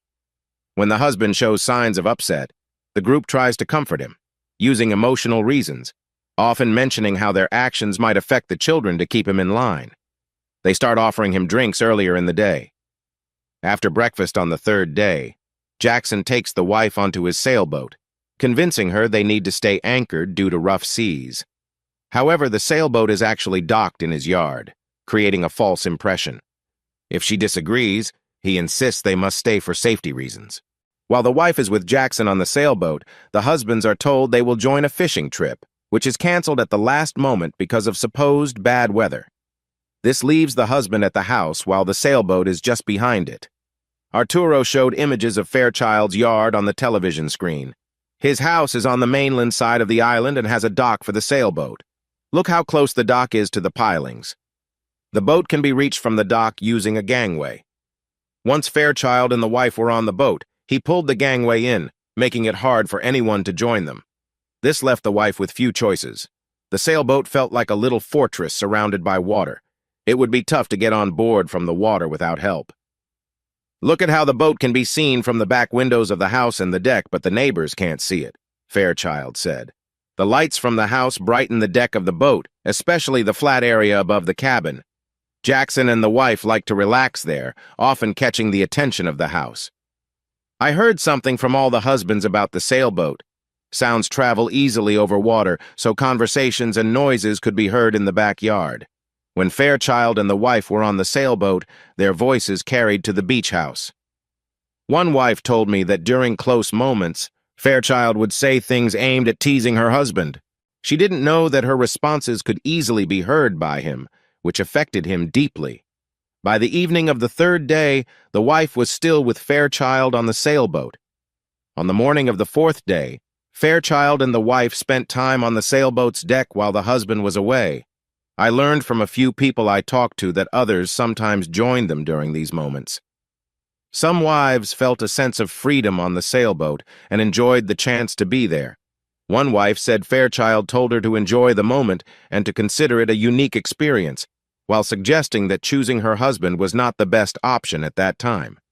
Another wife mentioned that Fairchild offered her something to help her relax, which made some of the men I spoke with worry that their wives were being influenced in ways they didn't realize. If the group stayed overnight on the fourth day, the wife would eventually go back to her husband, leading to their first argument. When this happened, Fairchild and his friends stepped in. Everyone supported the wife, making her feel justified in her anger toward her husband. She believed her choices were acceptable. The wives I spoke with said that after the disagreement, Fairchild showed concern for how the husband was acting, which made the wife choose to stay with him instead. 4 of the wives spent the night with Fairchild again on the fourth night, which seemed to change how they viewed their choices. The short weekend made the wives think differently about their decisions. Those who stayed with Fairchild kept their connections even after the weekend was over. Tracy looked heartbroken. Is it over when the weekend ends? The weekend might finish, but the mind games continued after that. Fairchild kept in touch with the wife, subtly pushing her to upset the husband while also messaging the husband through text and email. When the husband reacted, Fairchild would hint that it was partly the husband's fault and sent messages to make things worse. He often spoke negatively about the husband, which led to more arguments. In some cases, if the husbands got confrontational, Fairchild would threaten legal action. The men felt pressured because of the materials he had. He threatened to share this information with their families or authorities, putting a serious strain on their relationships. The statistics on this are serious. All 12 couples faced big problems. Many divorced, and some lost custody of their children. The situations often related to money and legal help. None of these couples were able to co-parent effectively, showing how much damage was caused. Arturo said, "He runs this like a system. He's already found his next targets after finishing with you." He slid a photo of a woman having dinner with Jackson Fairchild in a cafe over to Tracy. This is why Fairchild uses people from the cuckold community to convince wives that their partners enjoy it. None of the people Arturo spoke to ever felt the kind of connection that was promised during the weekend. None. Tears began to roll down Tracy's cheeks. While the wife is influenced by Fairchild and his group, the relationship stays non-physical. This makes the woman feel safe and helps build a strong emotional bond. Such bonds can damage trust. Tracy nodded, seeming to understand. Over time, Fairchild charms his way into creating more intense connections. Emotional bonds move toward sharing secrets. Sharing secrets leads to texting, which can turn into more personal messages and eventually into compromising situations. Tracy nodded again. "The actual meeting happens at Fairchild's beach house," Julia said. "Arturo mentioned what would happen there. Do you understand the thinking behind it?" "Kind of," Tracy replied, unsure. Julia encouraged her. "Let me explain. Everyone at the beach house, except for your husband, is part of the plan to lead you to betray him. They have been misleading you for months. The one person at the beach house who does not want you to betray your husband is Bobby. The psychology of groups is very important. People are social creatures who often feel pressured to fit in with the group's desires. Fairchild and his team understand this well. By the end of the weekend, you would feel assured about what you did because everyone there, except your husband, would say you were right. They would argue that your choices were fine since you talked to your husband first. Bobby would be the only one disagreeing, and the group would not support his view. They would openly criticize him. You would feel you were justified in your decisions and think he was wrong for complaining. The group might encourage you to be tough on him for not standing by you. This could be very hurtful for him. Can you see how they were trying to influence you? Can you see the setup they created?" Tracy nodded. "You should not go to Figure 8 Island," Julia said. "You should not take part in Fairchild's plan." Tracy looked at me with sadness and started to cry softly. She seemed to want some comfort. I felt a wave of anger rise inside me. Julia saw what was happening. She realized that Tracy needed support, so she moved closer and hugged her. Tracy cried for a few moments, holding on to Julia's hands. After Tracy calmed down, Julia mentioned, "There is one more thing to talk about. This isn't certain, but it fits with what we know about Jackson Fairchild's behavior. Your preparation was different. Usually this takes only 2 or 3 months, but yours took almost 7. They were very thorough, which shows Jackson was very focused on you. I think I understand why."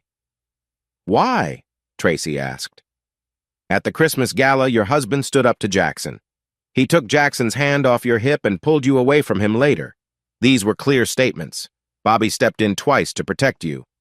As far as we know, Bobby is the only husband who has directly confronted Jackson Fairchild. In all the other cases we studied, husbands were often passive, using kindness instead of confrontation to shield their wives. Bobby was different. He faced Fairchild, which increased their conflict. Think about Jackson's motives, Tracy. He enjoys putting men down and having control. He sees taking you from Bobby as a big challenge. We think he spent extra time with you to make sure he could embarrass your husband as much as possible." The investigators recorded some talks between Fairchild and his team. He told them that if Bobby reacts in a bad way, they should just let you go. This is different from what they usually do and shows that Fairchild sees this as an important challenge. Tracy looked unwell. "I can see that you feel you need to take some blame for this," Julia noted. "Some of that might be fair, but I'm worried about you. Remember, people like him are clever and manipulative. You will need support, Tracy. I work as a psychologist and understand these kinds of feelings, but you need a counselor to help you deal with your thoughts and emotions. That's what they specialize in." Julia gave her a card with a name and phone number on it. "The counselor is Becky, who I think is the best in this area. I've set up an appointment for you at 9 a.m. tomorrow. I've told Becky a little about what happened so she can help you work through your feelings. Amy will stay with you tonight and make sure you get there safely." Tracy looked uncertain. "But Bobby and I were planning a special evening together. I wanted to surprise him." Julia made a calming sound. "Tracy, do you really think either of you will feel up to that after this meeting? We have a hotel room for you to rest. You can take a relaxing pill, and Amy will be there to check on you. In the morning, she will take you to see Becky." "But what about Bobby? He won't be with me," Tracy asked, looking sad. This was hard for her to take. Not knowing what to say, I looked to Julia for help. "Tracy, your husband has handled this situation very well. He has been really supportive and has worked hard to keep you safe. This has affected him a lot. He has been seeing a counselor for months to deal with everything. He has tried to protect you from the worst of it, but it has weighed heavily on him. This team has been helping Bobby set goals for his future. From the start, Bobby wanted to make sure you were committed to your marriage. He chose to wait to share everything about Fairchild's behavior with you until he knew you would stay with him. Do you see why?" Tracy shook her head. "Think about how he feels," Julia said. "You thought about getting involved with someone else. He felt he could stop that by showing you the truth about Fairchild. If that information brought you back, it wouldn't be for the right reasons. It would be because you wanted to escape. Bobby needed to know you would come back because of your commitment to him. That makes a big difference. You shouldn't look for someone else not just because they are wrong for you, but because it isn't right. He didn't want to find out later that you might choose someone else who isn't a good fit for you. Do you get it?" Tracy nodded slightly. "Bobby planned how to talk to you about Jackson Fairchild so you would see that your decisions were about your marriage. He gave you a time to decide, and that time was today. Choosing to skip your family plans to engage with something else looks like a choice to end your marriage. In Bobby's mind, you made that choice earlier today." "No, but I didn't do anything!" Tracy shouted. "I didn't even go to the beach! I don't want our marriage to end!" I couldn't hold back. "I told you many times that if you went to the beach house today, it would be a big deal and I would think again about our marriage. I was clear about this. You made your choice." Getting angry was not a good idea. I stood up and said, "I need some fresh air." "Bobby," Julia said, "why don't you take a walk around the block and come back? We'll talk about the things we didn't show you with Tracy." 20 minutes later, my anger was gone, and I felt calm again. I walked back into the club. The men were in the hallway, talking quietly. I asked them what was going on. Reed said, "We are giving Tracy some space. The door was slightly open. I peeked inside and saw Tracy crying. Amy and Julia were comforting her. "What happened?" I asked. Reed replied, "We talked about the things we didn't share with you earlier." "Can you tell me what it is without too much detail?" I asked. Reed looked at Arturo. Arturo said, "Two things. First, we showed her some records from her meetings with Fairchild. We managed to record most of their conversations. We couldn't get recordings from the 5 meetings here because of the club's rules. When the staff recognized her, I figured she was here for meetings with Fairchild," I said. "Did Julia want that to stay private too?" "The meetings weren't really secret," Arturo said. "It was hard to discuss them without getting into the details she wanted to hide, which were the conversation records." "Were there many meetings?" I asked. Arturo said, "Fairchild visited San Jose once a week. The other weeks, Tracy met with him twice a week. They had lunch together each week and caught up at the Gallery Cafe on the nights she worked late. There were 7 meetings that we know of. 5 were here, 1 was at Lodestar Fresh, and 1 was at Au Revoir. All of her meetings were at very expensive places. I wouldn't have noticed the lunch meetings or the late-night catch-ups, but how did I miss the dinner outings?" I asked. Arturo said, "We only know her reasons for 4 of them. She said they were for a work session, helping her mother, a gallery showing, and covering for a colleague. The meetings happened at random times, and her stories often changed, so there was no pattern for you to see." "Why keep the conversation records from me?" I asked. "Without details," Arturo said. "Fairchild encouraged her to share her feelings about you. Tracy was not very kind in her comments about you to him. Julia noted that Tracy's words about you changed over time. She was reshaping her responses to make him happy. Julia said I didn't need to see that kind of upsetting material. I nodded and asked, 'You mentioned there were 2 things?' Arturo nodded. The other thing was that Fairchild gave Tracy a phone to use secretly, which she was using to talk to him. We managed to get a copy of the phone and captured all their messages." "If you didn't want me to see it, it must have been bad," I said, anxious about the outcome. Arturo looked at Reed, who said, "They were sending hurtful messages and images." Arturo continued, "There were also texts where Fairchild encouraged her to say unkind things about you. Again, Tracy was neither loyal nor honest. Julia advised us not to show it to you. You didn't need that kind of pain." I thought about this for a moment. Eventually, I understood the wisdom in Julia's advice and the team's decision. I realized Tracy had chosen her relationship over me that morning. That was really all I needed to know. I knew myself well. If I had access to all the material, I would analyze everything, memorize it, and use it to torment myself. I didn't think that would be healthy for me. "What was the crying about?" I asked. Seeing some of the more upsetting messages made her realize how serious her emotional affair was, Reed replied. Until tonight, she saw herself as the hero in a love story. After seeing those messages, she understood that she was actually causing harm to our relationship.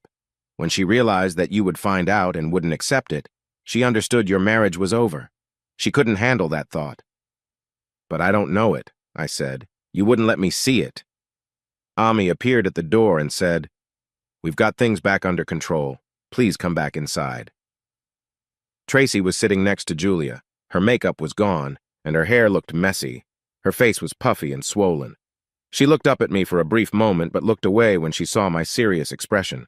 Julia encouraged Tracy. "Tracy, you said you wanted to talk to Bobby."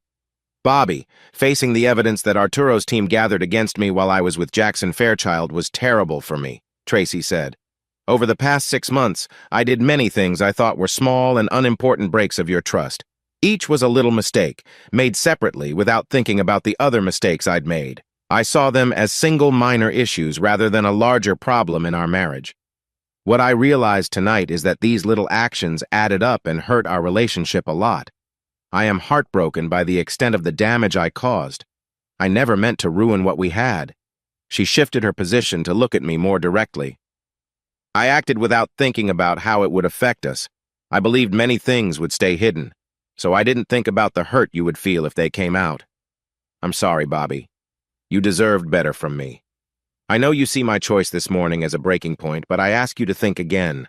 I love you so much, and I believe you love me too. I truly think that love can help us get through this." She cried as she spoke, but it was more of a soft sniffle this time. She looked at me with real sadness, worry, and fear. "You should know that finding out about you and Jackson Fairchild was the hardest thing I've had to face," I said. "When you told me this morning that you wouldn't be with me and the kids in D.C., it was the worst moment of my life. I knew it meant our marriage was ending, and I already sensed you'd make that choice weeks ago. No matter how much I urged you to come to D.C., I knew you would go to the beach with him. I feel broken inside, knowing my fears came true. What hurt the most was seeing you come back from the salon today. You got ready to see him. You've never done anything like that for me, but you did it for him. You dressed up tonight in a way you never have for me in all our years together. I didn't even know you owned that outfit, and I had never seen it before. But he has. You bought it and wore it for him. When you showed it to me, you acted differently than you ever have in our marriage. I'm sure he's seen it. You picked it out for him and wore it for him. I'll just say this. I feel deeply hurt that you thought a single night of special attention could cover up the emotional harm you've done. What do you think of me? Do you believe I can be easily distracted? You promised we would try new things in our relationship, but your actions seem driven by regret. Just think about how painful this has been for me, Tracy. I feel betrayed. I could feel my frustration growing. I took a couple of deep breaths to calm myself. Reed and Julia were looking at each other. Curtis might become more difficult. It's about choosing between job safety or acting on your own legal matters. Tracy paused to think, her face showing a mix of doubt and strength. "I want to take more time to think before deciding," she finally said. "Of course," Ben replied, nodding. "Please take your time. We want you to feel safe with whatever choice you make." Reed chimed in, "I think it's important that we all stay united. This situation is complicated, and we need to make sure Tracy feels supported during this time." "Exactly," Don added. "This can feel like a lot, but you have a strong team behind you, Tracy. We're here to help you through this." Tracy wiped her eyes and took a deep breath. "Thank you all for your help. I didn't realize how much was involved until now. I appreciate everything you're doing for Bobby and me." With a renewed sense of determination, the group moved forward to talk about the next steps in the legal process, focusing on possible outcomes and the importance of being resolute against the challenges ahead. Together, they worked to create a plan that would protect Tracy's interests while seeking justice for the wrongs that had happened. "Curtis's lawyers will try to undermine you and make you look bad." "What do you suggest?" asked Tracy. Ben replied, "For ethical reasons, I can't represent you or give you legal advice, Tracy. I'm sorry, but that's just how it is." She didn't think to ask why. Tracy said, "I'd rather keep my job than file a lawsuit. Can we choose that option?" "Yes, we can. Yes." "That's what your husband wanted you to choose," Don said with a smile. "However, be aware that Mrs. Curtis may not want you in that position. If she makes it hard for you, you still have the choice to sue her for workplace harassment later. She will know that." Tracy nodded. Ben leaned back. "These lawsuits were filed at the courthouse earlier today. All that's left is to make sure the people involved are served. Now, I wanted Jamal to explain what will happen tomorrow morning at Figure 8 Island." "Jamal?" Jamal said, "Figure 8 Island is a private area just north of Wrightsville Beach, where only residents can go. A guard watches the road into the island. There is often a line of cars waiting to get in. Ben's team has put GPS trackers on the cars used by Fairchild and the Westons. We will follow them as they approach the island. My team and I have permission to collect donations for a reading charity in Wilmington along the road to Figure 8 Island tomorrow. We will act as fundraisers. Our plan is to approach them while asking for a donation. Once we know for sure that it's them, we will serve them the papers. It will be in a public place, but no one will have a clear view of what's happening. An option is to serve them at their jobs, but we believe this way is better." At this moment, Reed spoke up.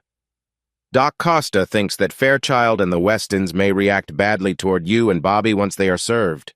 We can't stop you from going there, but we advise against it. It could lead to a tough situation, and they might react in ways we wouldn't expect." Tracy replied strongly, "I am not going to the beach. I am done with Jackson Fairchild." Reed smiled. "We are happy to hear that." Tracy looked around the room. Everyone nodded and smiled back at her, and she returned their smiles. Reed looked at me with a confused look. I nodded and motioned for him to go on. He looked a bit sad and glanced at me again, asking if I was sure. I nodded again. Reed said, "There is one last thing we need to talk about, Tracy. Jamal?" Jamal took out an envelope and a thin notebook from his bag. He handed the envelope to Tracy and said, "Tracy Sprague, this is for you." Tracy fainted. Julia and Amy helped her until she was able to think clearly again. Out of respect, the men left the room to give her some space. The staff guided us to another empty room that had a nice decoration style. After about 20 minutes, Amy peeked inside and said, "She's ready to keep going." When we returned, Tracy had a serious look on her face, full of hurt and anger. Jamal needed to finish his paperwork. As he wrapped things up, Tracy tried to stay calm. She looked at me angrily and asked, "Why, Bobby? I thought I was your everything." I answered honestly, "You are. But I learned today that I am not yours." "You made that clear." "Can't we just start over for today?" she asked, hoping. "Tracy, it's not just today," I replied. "I've put up with a lot of disrespect from you for months. I made it clear weeks ago what would happen because of your actions. I was honest about how I would respond. I asked you to choose me and the kids. I asked many times. You chose differently. If you could stand it for months, why can't you give me 12 more hours to think?" Tracy pressed. "Because the results have already begun," I explained. "I had to act today to keep us all safe. How does a divorce help any of us? That doesn't make sense, Bobby. First, tonight was about keeping you safe. I didn't have to do this. The information shared doesn't help me or the kids. I already knew it. The kids shouldn't have to find out, and if we're lucky, they never will. I couldn't just let you go into a bad situation at Figure 8 Island. I wanted to protect you. I hope you realize how much this has affected me. If you want to see my love for you, I put up with a lot to prevent you from making a serious mistake by going to the beach. Second, the divorce protects me and the kids. Do you remember what Arturo and Julia said about how Jackson Fairchild threatens husbands with secrets? He could use that to control and upset us for years. In your private talks with Fairchild, you gave him information he could use against us. You know this, right? He might use that to cause trouble. I can't let that happen. This divorce keeps us safe from that risk." Julia compared this to her profile on Fairchild. He liked the idea of someone feeling sad. He stopped when the divorce papers were filed. Filing today puts an end to everything. Tracy looked at Julia, who nodded to confirm my words. Tracy seemed accepting, but then her face showed confusion. "That doesn't make any sense. If I had gone with you to D.C. this morning, wouldn't he have reacted the same way?" Julia replied, "No, Tracy. If you had gone to D.C., you would have told Fairchild it was over and asked him not to contact you anymore. He would have realized you chose your husband and would have moved on. But by choosing the beach, you reached out to Jackson and told him, right?" "No, I didn't," Tracy insisted. But then her face turned red and she looked down. "That's not true. I did contact him. He knew I chose him." "That's why this divorce had to happen," I said. "I need to make sure both I and the kids are protected. Your feelings for love didn't seem to matter much in your choice." I turned to Arturo. "Arturo, can you tell me how Tracy informed Fairchild that she chose him over me?" "Bobby, I'm not sure it's a good idea to hear that," Julia warned. "I need to know," I replied, preparing myself. Arturo looked embarrassed as he scrolled through his computer. After a moment, he frowned and asked, "Bobby, are you sure?" It seemed serious. "Please don't stop," Tracy pleaded, her distress clear. "Bobby, I'm asking you." "Read it," I insisted. "I need to understand." Arturo cleared his throat. "This is a message sent through an app." He read with a steady voice, "I did it. I finally found the courage to tell my husband about the choice we made 2 months ago to take a big step in our relationship this weekend. As you predicted, he didn't take it well. Everything he said was just as you thought. It was unsettling to see your predictions come true. Your support helped me a lot. Without your advice, I wouldn't have known how to handle this. I'm sorry my husband is so against this weekend, but on the bright side, it means we can have our time together a night earlier." I spent the afternoon at the salon getting ready for our time together. I had a relaxing treatment. Then I focused on my appearance. All afternoon I've been dreaming about our evening. I think the nail technician could see how excited I was. I can't wait for Friday night. I looked at Tracy. After that, can you explain why the choice to divorce was the wrong one? The atmosphere in the room felt tense. After a moment of silence, Reed spoke up. It's getting late and we need to move on. Can we let Ben talk about the divorce terms now? Ben began. In North Carolina, divorce is straightforward and does not place blame on either partner. If both partners agree on how to divide belongings and make a custody plan that the judge will accept, then the divorce can proceed automatically. However, divorce in North Carolina isn't quick. The couple must live apart for a full year before they can file for divorce on day 366. If they have already agreed on dividing their assets and custody, the judge will approve it within a month. There isn't a formal process for separation. One or both spouses simply move out and start living independently. That is what legal separation means. Are you following along, Tracy? Tracy nodded. So, it will take at least 13 months, Ben continued. That's not fast enough to stop Fairchild from trying to get closer to Bobby or your children. There is a legal option during divorce cases for a court-ordered separation, known as divorce from bed and board. This requires special reasons, and we believe your situation falls under cruel or harsh treatment. We are asking the court to allow a separation. If approved, it would help protect Bobby and your children. Please open the packet, Tracy. You'll see the main document marked Petition for Divorce from Bed and Board. That's what we plan to file. We hope you choose to work with us to speed things up, but the decision is yours. We ask the court to keep this petition under seal, so the details won't be made public. Bobby wanted us to do everything we can to protect your privacy. Next is our suggested petition for divorce. This has your husband's ideas for the divorce. Custody would be split evenly. All shared belongings, except for the house, will also be divided equally. Bobby will provide you with the support mentioned in the paperwork until the children grow up or until you remarry. Given both of your incomes, this meets state standards. The house will be placed in a trust for your children. They will live there permanently, and whichever parent has custody will stay in the house during that time. Both of you will contribute to a fund to take care of the children's needs. This fund will cover all expenses for the children except for education, which will be handled by the 529 plan established by Bobby's mother. That plan is well funded for their future educational costs. Bobby earns twice as much as you, so he will contribute more to the trust. To make sure things work out housing-wise, both you and your husband need to find your own places to live when you don't have custody. To help with this, you are getting $300,000 in cash to buy and set up your separate home. The account numbers and passwords are printed out. An account is set up in your name with the money already there. Where did this money come from, Bobby? Tracy asked. My parents' estate, I said. Remember the trust papers I had you sign back in March? She nodded. Mom's estate finished settling in February. Those signatures put all my assets into a trust for our kids. I started the trust because I was worried about our marriage ending. I didn't want to give half of my inheritance to you after everything. I planned to save it for the kids until they were older. Now that the divorce is happening, I decided to use some of that money to help us both. The trustee agreed that it's best for the kids if their parents have a safe place to live. Most of my mother's assets will stay in the trust for the kids when they grow up. How much money is in the trust? She asked. After this payment, a bit over $1 million, I replied. This trust is separate from the college fund set up before she passed away. Tracy, I cannot stress this enough, said Ben. This is a very good settlement offer. Bobby wanted to ensure you both had support because of the sudden situation. One thing that might not work in your favor is that he asked you not to pursue marriage counseling. However, he is open to co-parent counseling at his expense. Do you have any questions? Tracy shook her head and replied, no. Ben started to organize the papers he was reading. Your next step is to find a lawyer.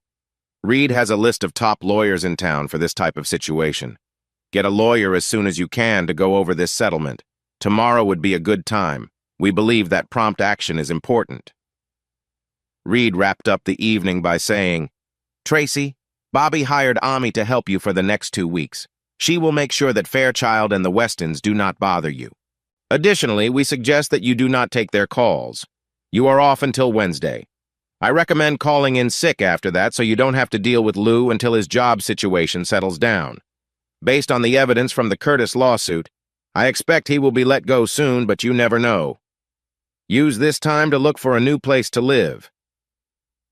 As I walked out of the parlor, Julia and Amy were helping Tracy, who seemed upset again. On Friday morning, I felt sad as I packed the car and drove away from my house. It was so early that the sun was still down. We would get to D.C. right at lunchtime.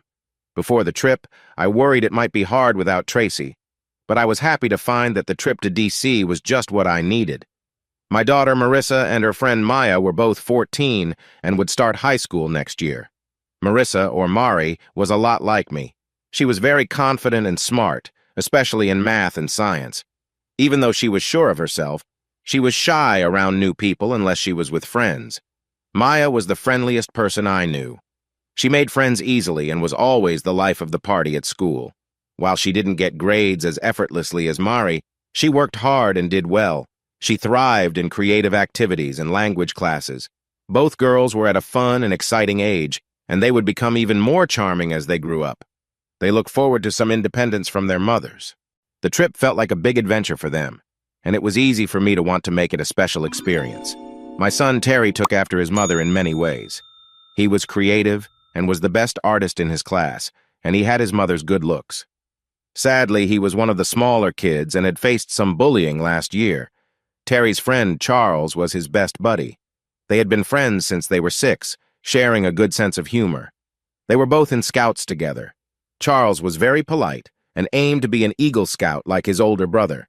He was in 7th grade and worked hard on becoming a good person. He had a genuinely positive outlook. I printed out lists of things to do as tourists in Washington. I had everyone go through them together to decide what they wanted to try. We quickly made a good list of activities. The kids were excited to have a say in our plans. The only thing I insisted on was a visit to Congress on the last day. I arranged to meet with one of our state senators, who had once asked for my advice on a law about internet safety. For our first day, the only plan was to relax by the pool all afternoon. It was going to be very hot and humid, so after we checked into our 3-bedroom suite, I made sure everyone had their own bed, and we changed into our swim gear. That's when things took an unexpected turn, and we had to change our plans. The boys finished up quickly, and we waited for the girls for over 15 minutes. I knocked on the door. Maya opened it, looking a bit worried. I asked, "Are you all ready?" Maya stepped out and said, "Mari is on the phone with her mom. They've been talking for a little while." "Is everything okay?" I asked. Maya spoke quietly. "Mari's swimsuit doesn't fit right. It's too small in some places, and she feels embarrassed to show you, so she called her mom for help. Her mom suggested wearing something over it, but they are trying to think of other ideas." "All right," I said. "Tell Marissa it's not a problem. We can do something else this afternoon." Marissa had worn a swimsuit to a pool party in Charlotte 6 weeks ago, and it had fit perfectly. In the past month, I noticed how much she had grown. Her face looked more graceful, almost like Tracy's. She must be having a growth spurt. A few minutes later, I received a call from Tracy, sounding worried. "I'm sorry to bother you, but I just talked to Mari, and there's a problem. Her swimsuit doesn't fit anymore. She outgrew the one I bought her in spring. I saw a picture, and it wasn't right. Mari is upset and worried about not being able to swim. Can you help her find a new swimsuit?" "Sure. It's not really my thing, but I'll do what I can," I replied. "The boys might be a handful, though. I'll find a way to keep them busy. The issue is that Maya has a 2-piece, and I think Mari will want one too." "I was worried about that," Tracy said. "Is it appropriate?" "Not really," I answered. "It covers some, but I think a 1-piece might be better for her." After a moment, Tracy said, "Tell Marissa to send me pictures of her choices. If she finds a 2-piece that looks okay, I'll approve it." I thanked Tracy, and we ended the call. I called out, "Change of plans. Ladies, get ready for shopping. Boys, I need to take the girls' swimsuit shopping. How about a rock climbing lesson while we're out? There's a great indoor climbing gym nearby." The gym offered lessons for 4 hours. It would be a fun way to keep the boys active while we shopped. As the guys were getting ready, my phone rang again. It was Maya's mom, Naomi. She said, "Hey, Bobby. Maya told me what's going on. I found some stores online. I'm sending their addresses now. There's a shop near your hotel that specializes in swimsuits. That should be helpful. I asked, what do you think is appropriate for her age? Marissa is fit and might want a bikini. As her dad, I understand your concerns, but at her age, it's a way to feel good about herself. She works hard to stay fit and wants to show that off. I waited for 3 years for Maya, but I finally decided to let it happen this year. It's important to find a balance between her looking nice and not drawing too much attention. For the top, you want something that stays in place, no see-through materials. And for the bottom, make sure it covers well. I dropped the boys off at the climbing gym, where they would have a fun half-day with gear rental and a personal guide. The guide, featured in a photo in the lobby, was the owner's daughter. In her picture, she was climbing a tall rock, showing off her skills.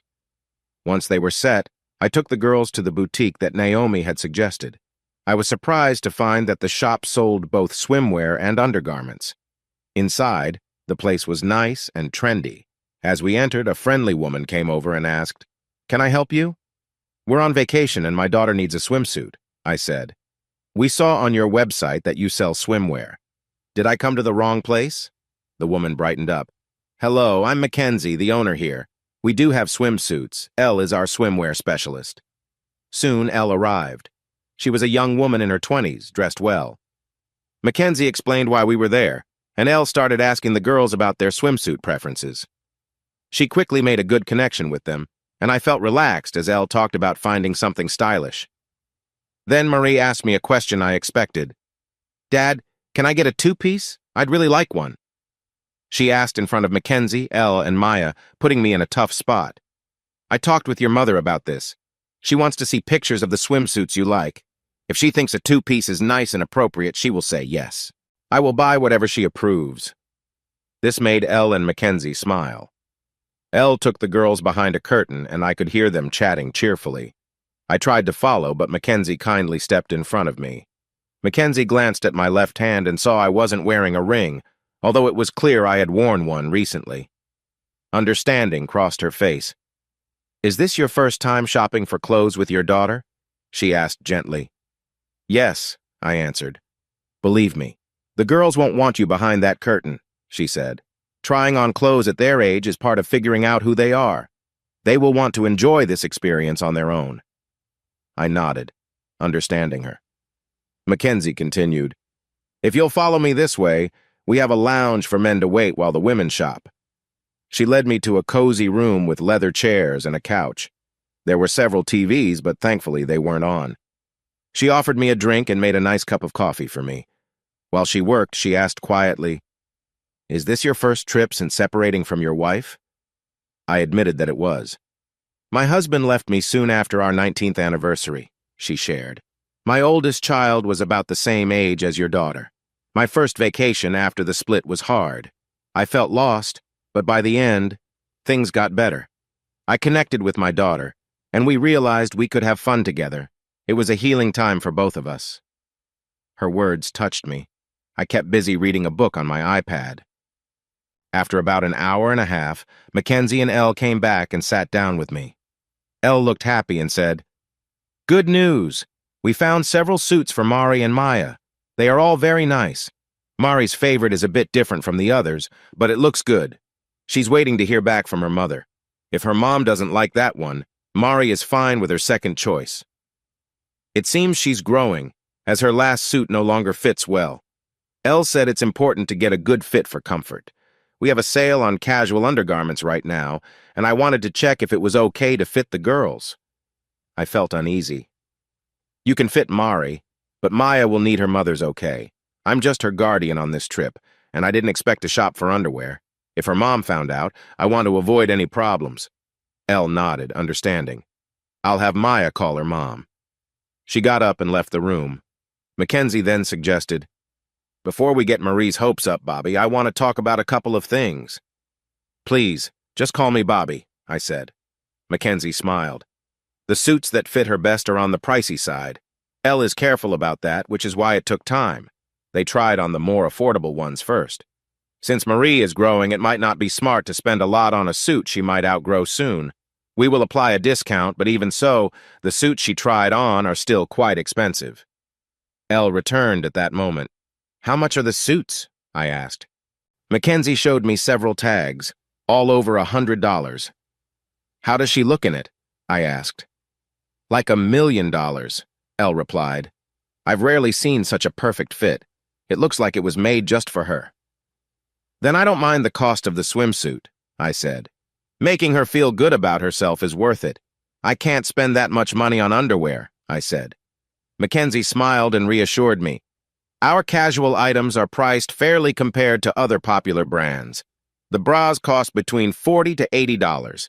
Since she's growing, it's smart not to spend too much on those. I suggested getting 1 or 2 good-fitting bras to cover her for now. Our panties are top quality and are just $6 each if you buy 5. It makes sense to get enough for your trip.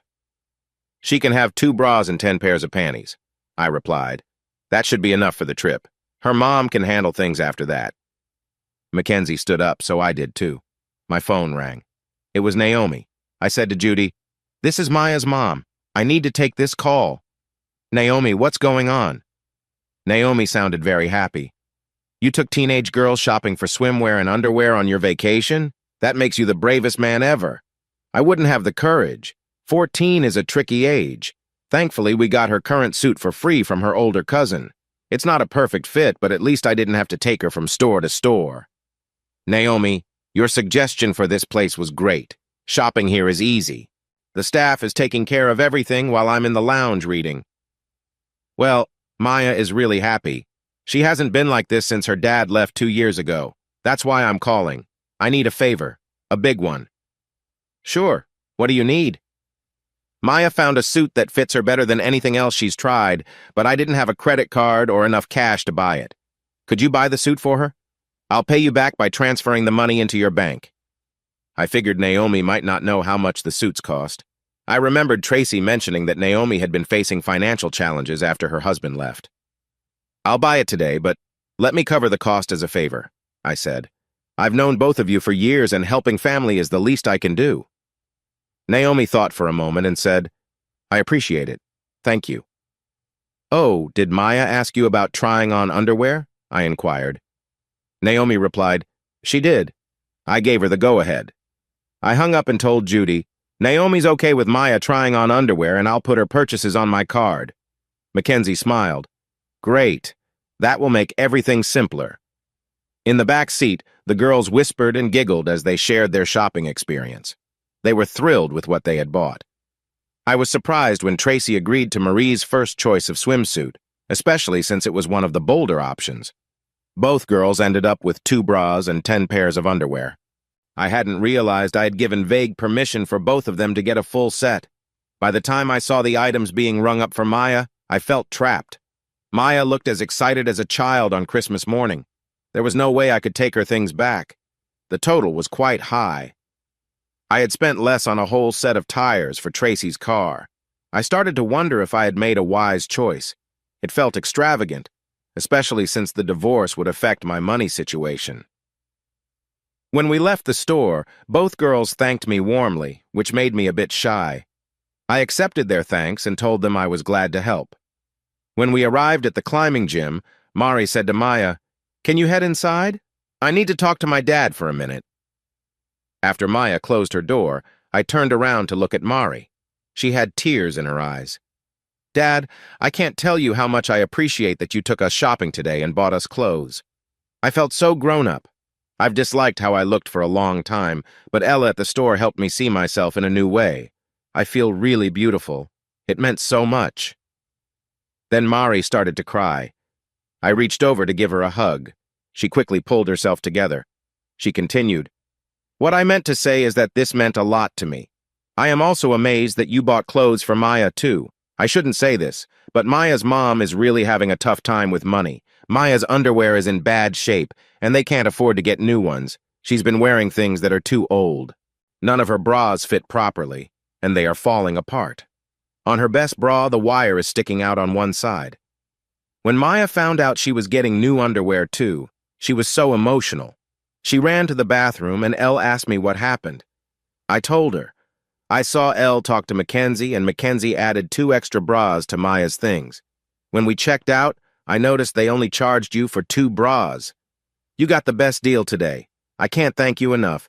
You're not just the best dad I know, you're a wonderful person. Thank you. The boys still had an hour and a half left in their activity. There was a cafe on the upper floor of the gym where we could sit and watch the climbers below. We went there and had a soft drink while watching Terry and Charles take turns climbing one of the many walls in sight. The wall was about 40 feet tall. They were wearing safety gear, helmets, and chalk bags. The boy climbing was being supported by the other.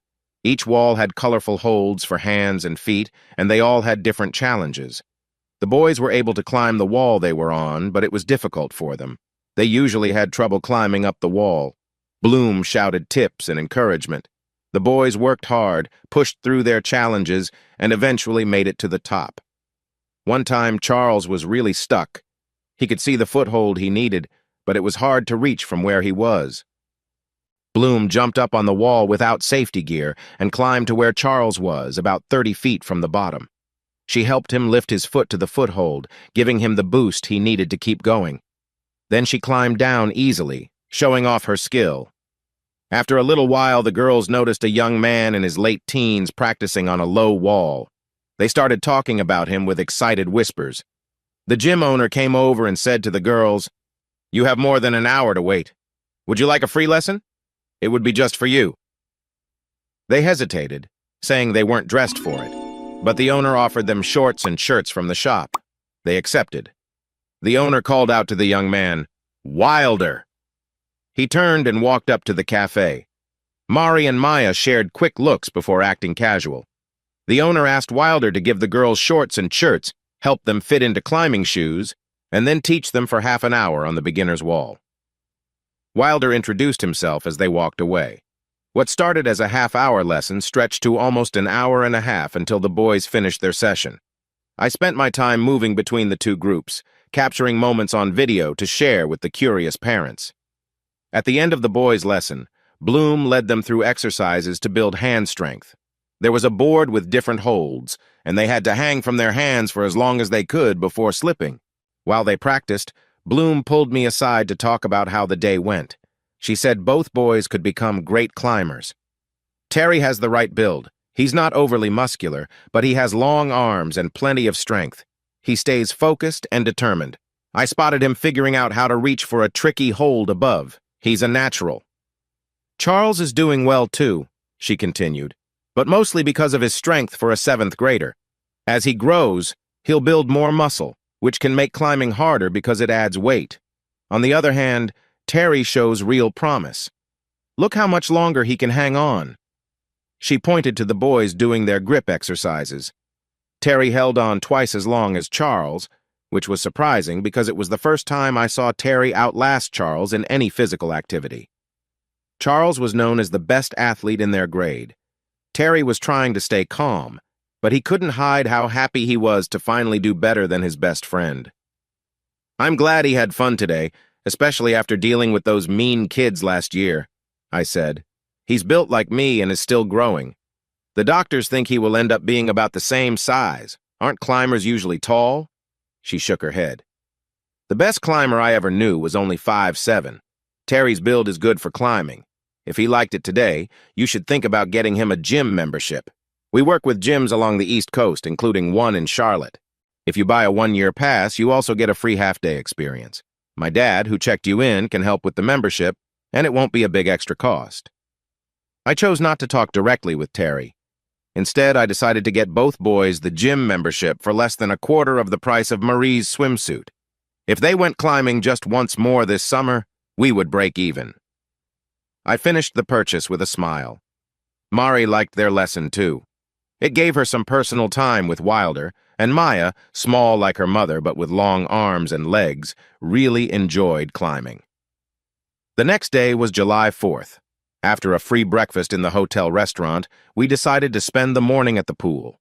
The boys and I were ready in no time, but it took the girls about half an hour to get ready. When they came out of the bedroom in their new swimsuits, they looked a little nervous to show them to me. Maya's swimsuit looked much better than her old one, stylish and comfortable. I was surprised by Mari. She had clearly grown and looked more like a young woman, resembling her mother but still unique. Her swimsuit was modest yet fashionable, showing that she was maturing. I noticed they were eager to hear my thoughts. Keeping my face calm, I said, "Very nice. Ladies, your suits are lovely. It's clear you are growing up, and with that comes new responsibilities. You will attract attention from boys in these. Wearing grown-up clothes means you should act like a grown-up. You need to carry yourself with dignity. It's important to set boundaries and make sure the boys you meet will treat you kindly. Don't let anyone be too familiar. If someone crosses the line, stand your ground and tell me right away. You've probably seen how your mothers handle things with men. They can be quite direct." They both nodded. "Just follow your mother's examples in those situations, and you will be just fine. I'll be watching to see how you handle it. Don't let me down, okay?" I thought my speech would make everyone feel sad and serious. Instead, they seemed happy that I was trying to help them by asking them to take responsibility. They liked being treated like adults. To my surprise, Mari gave me a big hug and said, "Thanks, Dad. This means a lot to me." Next, Maya gave me a friendly side hug, showing she was good at it. She said, "Thanks, Uncle Bobby." This was a new way for her to call me. Usually, she referred to me as Mr. Sprague. I found it sweet. Maya then went to her room to put on something more comfortable. Mari said, "Maya wanted to call you Uncle Bobby, and I told her that was okay. I hope that's all right?" "That's perfectly fine with me," I replied. "She's family." At the pool, many families were enjoying their vacation.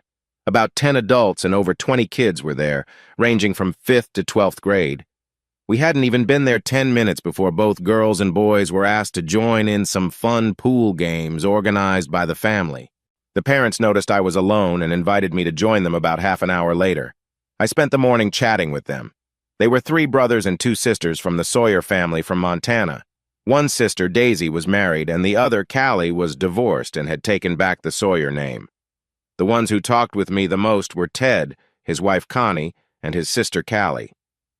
During our conversation, Ted gently asked me about Mari and Terry's mother. I told them I had recently separated.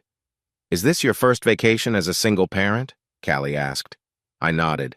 "Me too," she said. Later, when only Connie and Callie were talking to me, they asked more directly about what had happened in my marriage. I didn't want to share too much, but I also didn't want to be impolite. I ended up giving them a general idea of what happened. "I found out she was seeing someone else from work," I explained. "She planned to go to his beach house this weekend. When I learned of her plan, I arranged this family trip to prevent her from going. I encouraged her to join us, but I let her choose. Just before the trip, she told me she wouldn't be coming. She decided to be with him instead of her family." Connie and Callie looked worried. Family was very important to them. "I had a feeling this might happen," I admitted, "so I was ready. I filed for a legal separation as soon as she said she wouldn't join us. The kids don't know yet, but they feel something isn't right." Mari noticed I wasn't wearing my wedding ring yesterday. "I think she has an idea, while my son Terry doesn't know anything. I'm just taking it one day at a time for now." After that, Callie and I started to connect naturally. She was a tall, kind cowgirl from Montana, graceful and friendly. She was a year older than me and had 3 kids, Sam, Sarah, and Scott, all in middle school. We bonded over our similar experiences in marriage. We talked for a few hours about our lives. Callie had divorced 2 years ago after her husband left her for someone else.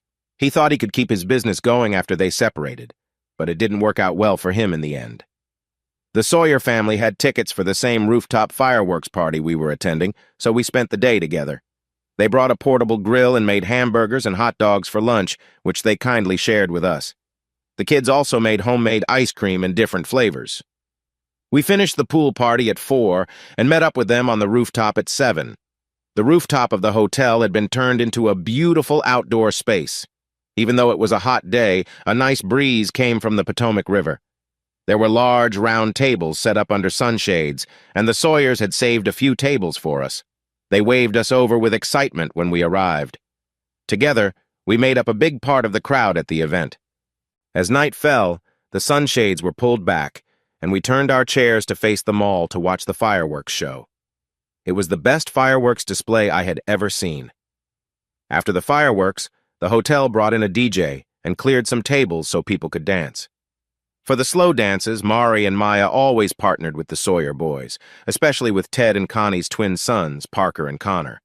Parker and Connor had just turned 16 and were the oldest boys in their family. They were polite and always asked for permission before inviting the girls to dance, showing respect and keeping a friendly distance.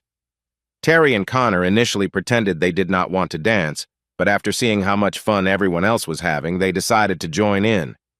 I watched from a distance as they gathered their courage. I managed to record some fun videos of the kids dancing with their partners and sent them to their mothers. The moms were a little envious they weren't there to see it in person. I was invited to dance by Connie for one of the early slow dances. She said, "The wives have teamed up.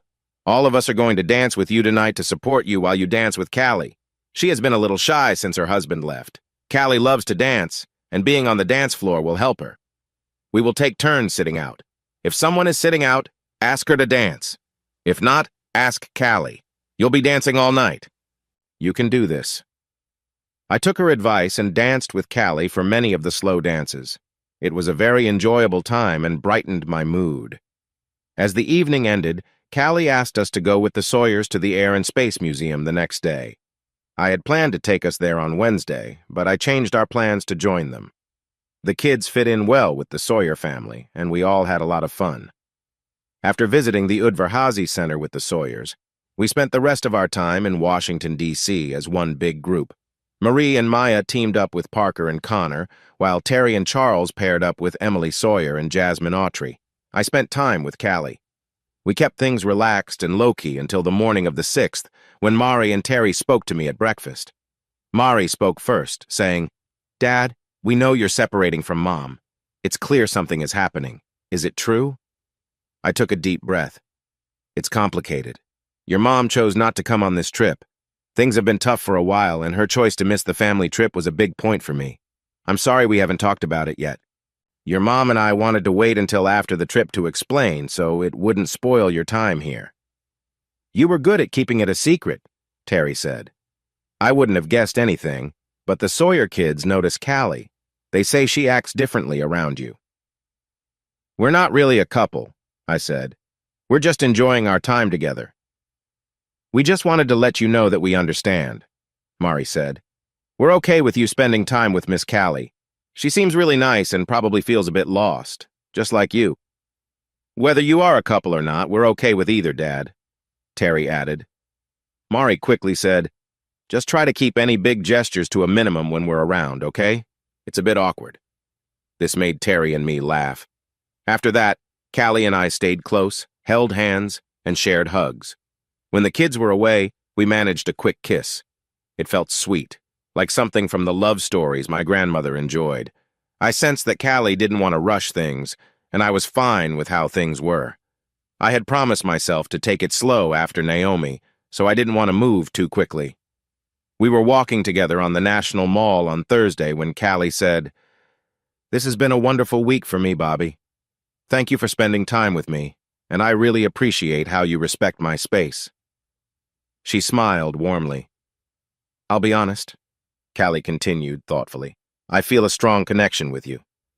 You've really made a difference in my life." "I feel the same way," I replied with a smile. "At the same time," said Callie, "I know the Sawyer kids are watching us closely. They seem to enjoy what they see. But my caution has a reason. Sawyer girls can easily draw the wrong kind of attention if we're not careful. This trip has been about setting a good example. I've had to answer questions from Amanda and Julie, the two oldest girls, about why I haven't spent the night with you. I told them what my grandmother taught me. Just because you can, doesn't mean you should." I laughed, appreciating her wisdom. Callie smiled. That answer encouraged them to think more deeply. Both girls are starting college in the fall and have been in relationships for over a year now. They have been thinking about a big decision regarding the boys they will soon leave behind. It's a tough choice, especially knowing they have to say goodbye. Callie understood something Tracy didn't. Tracy knew she was going to leave Jackson Fairchild behind, but chose to get involved with him anyway, which caused some issues. On Friday morning, breakfast was quite quiet. After eating, the Sawyer family was ready to check out and fly back to Montana. We were going to check out and tour Congress, and I had an appointment with the senator I had talked to before. As we said our goodbyes, I saw Mari and Maya share their first official kisses. I was surprised by this planned moment in front of our families. The kisses were quick and suitable for their age. Parker and Connor had clearly been raised well. Callie quietly recorded it and sent the videos to me, joking that their moms would want to see it. Terry and Charlie hugged their daughters and kissed them on the cheek in a way that seemed practiced. Emily Sawyer definitely prepared her children on how to behave, showing clear understanding of what 7th graders should do. When the crowd showed interest in Callie afterward, she smiled and said, "Go buy a ticket to the movies if you want a show." She then took me into an empty conference room and closed the door. She wrapped her arms around me, and I felt a warm joy in the moment. Our brief interaction felt special, highlighting the bond we had. When we left the conference room, Mari noticed our expressions and made a funny comment that made Callie laugh. Callie joked about how growing up on a ranch made them more aware of nature and relationships. We spent our last day in Congress. We toured the building, met with our senator, and got passes to watch a discussion about the budget crisis. Honestly, the trip to Congress didn't stand out to me as much since I was thinking about what awaited me at home. Tracy wanted to meet with me right when I got back. I was determined to move on from my marriage, and I worried about the emotional talks that awaited me while unpacking my bags from the trip. The kids missed the Sawyer family, which made our drive home to Charlotte feel quieter. The ride felt important, marking a big change in my life. I hoped this new chapter would end better than the last. When we got back to Charlotte late on Friday, I first dropped off Maya and Charles. Then I took my kids to stay with Tracy's parents, as Tracy wanted. She planned to meet me at home that evening for a private talk before returning to her parents' house with the kids for the weekend. In an email, Tracy told me she had signed a short-term lease on a nearby condo and moved some of her things there while we were away. She thought it wouldn't be right to bring the kids home to a nearly empty house, so they would stay with their grandparents until things settled. Over the weekend, she planned to show the kids her new place to help them adjust. Ben Daniels, my lawyer, emailed me on Friday afternoon, letting me know that Tracy had hired a good attorney and started the legal process quickly. As we had hoped, she would not fight the divorce if we kept the filing private and signed a non-disclosure agreement. The request was granted on Wednesday after her lawyer assured the judge there would be no contest. When I got home, I unpacked in the silence of our house, which felt strangely empty without Tracy and the kids. During the week, she had taken a lot of the furniture. The master bedroom was mostly bare. I noticed that the television Tracy used to watch was gone, leaving only my clothes in the dresser. She had moved the mattress and box spring from the guest room into the master, resting it on a simple metal frame. Her side of the closet was completely empty. What surprised me most was that she had changed all of the artwork on the walls, which she had gathered over the years. She had taken away the pieces she bought and replaced them with posters or photos that had similar colors or themes, but felt different in a strange way. I thought it was very kind of her to replace the artwork instead of just removing it, showing thoughtfulness like she had before meeting Fairchild. I texted Tracy, "I'm home." She replied right away, "Be there in 5. I made a pot of decaf coffee. A few minutes later, the garage door opened and Amy and Tracy walked in. Tracy looked tired and worn. She had lost at least 10 pounds since I last saw her a week ago. Under different circumstances, she would have been pleased about that weight loss. Her eyes were red from crying. Tracy rushed over to hug me, but I held out my hand to stop her. She nodded as if she expected it and said, "That's tough." "It's tough for me too," I replied. "I need to look out for myself." I poured us coffee. Ami suggested, "How about I stay in the kitchen to give you both some space? If you keep your voices down in the living room, I won't hear you." In the living room, we sat across from each other. Tracy asked, "Can I start?" I nodded and she began. "My counselor, Becky, has been really helpful, Bobby. I've met with her every day this week. She's been gently guiding me through my feelings and helping me face the choices I've made. She told me the first thing I should do is tell you everything I've done wrong. She said we can't move on until I openly acknowledge how I hurt you. I agree it's an important step, so here it goes." She pulled out a paper filled with notes. For the next half hour, she shared everything she regretted. Most of it was things I already knew, like their secret meetings and messages, as well as the plan to mislead me during the 4th of July weekend. There were some surprising admissions, too. For example, she confessed that she had accepted some expensive gifts from him. With embarrassment, she said, I let Jackson buy me 5 complete outfits: dresses, shoes, accessories, all designer. Each outfit might have cost around $10,000. The outfit I wore Thursday was one he gave me. I decided not to return the clothes because I didn't want to make them a reminder of him. The most expensive gifts were pieces of jewelry. I received 3 necklaces, a bracelet, and several sets of earrings. Each time I think about it, I feel ashamed. I also allowed him to buy 2 art prints worth $10,000 each. I had a courier return the jewelry and prints to Jackson's house last Friday. I felt a huge sense of relief when the courier told me the housekeeper accepted them. I erased the cell phone Fairchild gave me in front of my lawyer and other witnesses.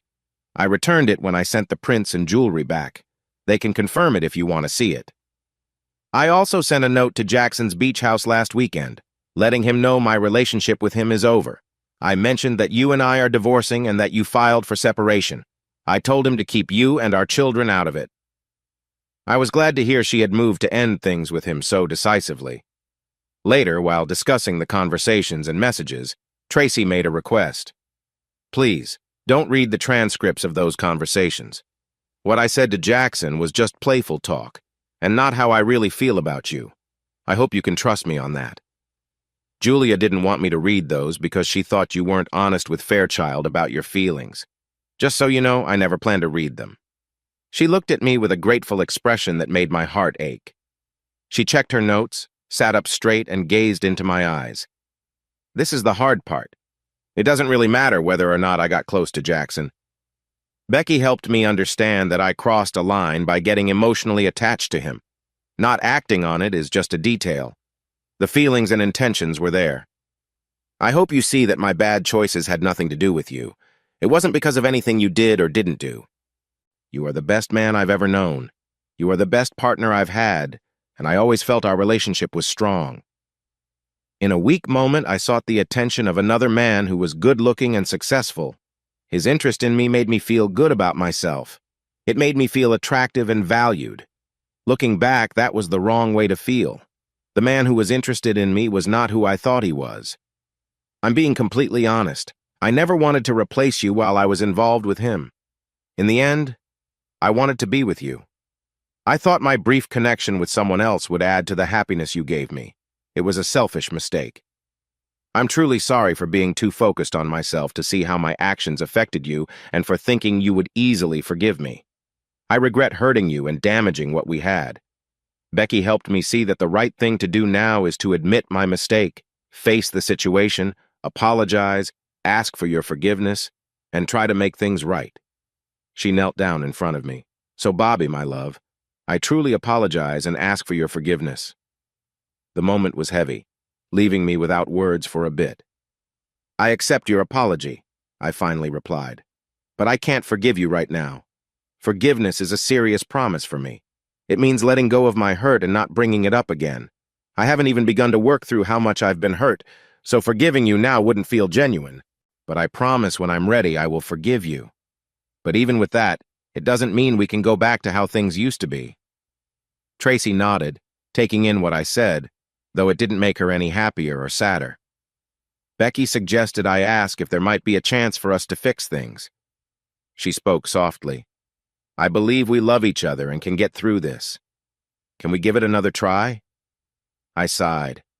I've been wondering about that same thing every day for the past 7 months. The truth is, you are the love of my life. I'm really hurt, but that doesn't change my feelings for you. Her eyes widened with hope, and I knew I had to temper that hope to keep her from getting hurt again. As much as I care about you, that alone isn't enough. Please try to see things from my side and think about 2 questions. First, how do I keep my self-respect? Second, can I trust you again? Tracy looked surprised by my answer. I continued. You've hurt me a lot, Tracy. These past months have been really hard for me. Even so, I still love you. A part of me wanted to confront you, to ask you to choose me over that other person. I did that right before your choice, and it didn't make a difference. You still chose what you did. That really hurt me. You've affected my self-worth in a way that might take a long time to heal. I raised my voice without meaning to, but then I spoke more calmly.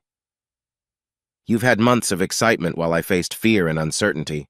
I've had to work through this with therapy. The only way I could feel good about myself again would be to find balance in our situation. I would need to get back the good things you took from me while also facing the negative experiences. Do you understand? She nodded. But how does that work? How could I feel fulfilled while also making sure you feel the weight of my pain? This question has bothered me for 7 months, and I still don't know the answer. I waited for her response. Maybe you could seek revenge, she suggested. Interesting, I said. You're thinking like I did before. I've thought about this a lot, and I still don't think it would work. Why not? She asked. When you talk about revenge, are you talking about emotional or physical connections? I asked, knowing that the difference mattered. Tracy nodded. I realize my actions were a form of cheating, she said. Even if it wasn't physical, it was still a betrayal. I feel both types would be fair for you, but I would have a hard time with it. Are you sure you could handle that? Are you really certain that seeking revenge wouldn't hurt what little good is left in our relationship? Remember last week when we talked about what you had planned? I asked what you thought, and you didn't have any ideas. You didn't even think about a shared agreement, saying our situations weren't the same.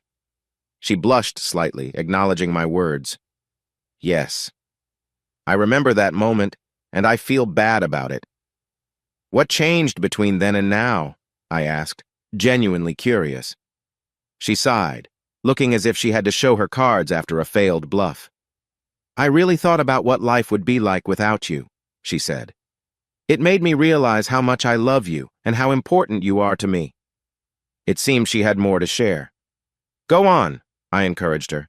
My counselor, Becky, is helping me reflect on why I was willing to risk our marriage a week ago. Now, after some time, I would do anything to keep you. She wants me to understand if my wish to stay with you is real or just fear of losing security. I've been thinking about this for a week now. I truly believe I want to stay together. I feel our hearts are connected, and I want to keep that bond strong. I would go to great lengths to make sure we stay together. Becky made me see that I am not with you out of lack of choices. I am under 40, I do well at my job, and I earn a good income. I know I attract attention from others. If we separated, I could find love again. It could be fulfilling, but it wouldn't be the same. You are my first choice, and I want to honor that, even if it means allowing you to spend time with someone else. I had to admit to Tracy that she had thought this through and was willing to talk about her feelings. So you really think you could handle a close relationship between Ada Douglas and me? I asked. The shock on her face showed she was still struggling with the idea of a temporary situation rather than something longer. She seemed lost in thought, weighing whether to agree. Wait, Tracy. Before you decide, let's think about the second question. Can I trust you again? When we walked into the Christmas gala, I felt we were the perfect couple living a happy life. Then I met Jackson Fairchild. My encounters with him made me uneasy. I noticed him interacting with you in ways that bothered me. It was clear he was interested in you, even with me there. Think about that, Tracy. I didn't know about him, yet he managed to get close to you. Others have approached you since we got married, and while you've always been careful, it hurt to see how close he got. This man got to know you in a way that surprised me. I worried about why I hadn't noticed sooner. I started to doubt myself. My counselor helped me see that it wasn't my mistake, but your choices. You made me believe everything was okay when it wasn't. After all that, I still felt misled by your actions and what you chose not to say. I found myself wondering if I could trust you again. How could I be sure you were truly dedicated or if you had things hidden from me? Even if you were completely honest, I'd still be cautious about where you were. I would feel more like a guard than a partner, and at the end of the day, my trust in you wouldn't change. Also, your decisions during all of this have not been great. You seem to think Fairchild was a good person while ignoring the fact that he was pursuing someone who was married. You didn't notice my strong reactions at the gala as signs that could threaten our relationship. You listened to others who encouraged you to make choices that weren't good for us without thinking that I might see things differently. You thought I would give in and let things continue after I said divorce would be the result.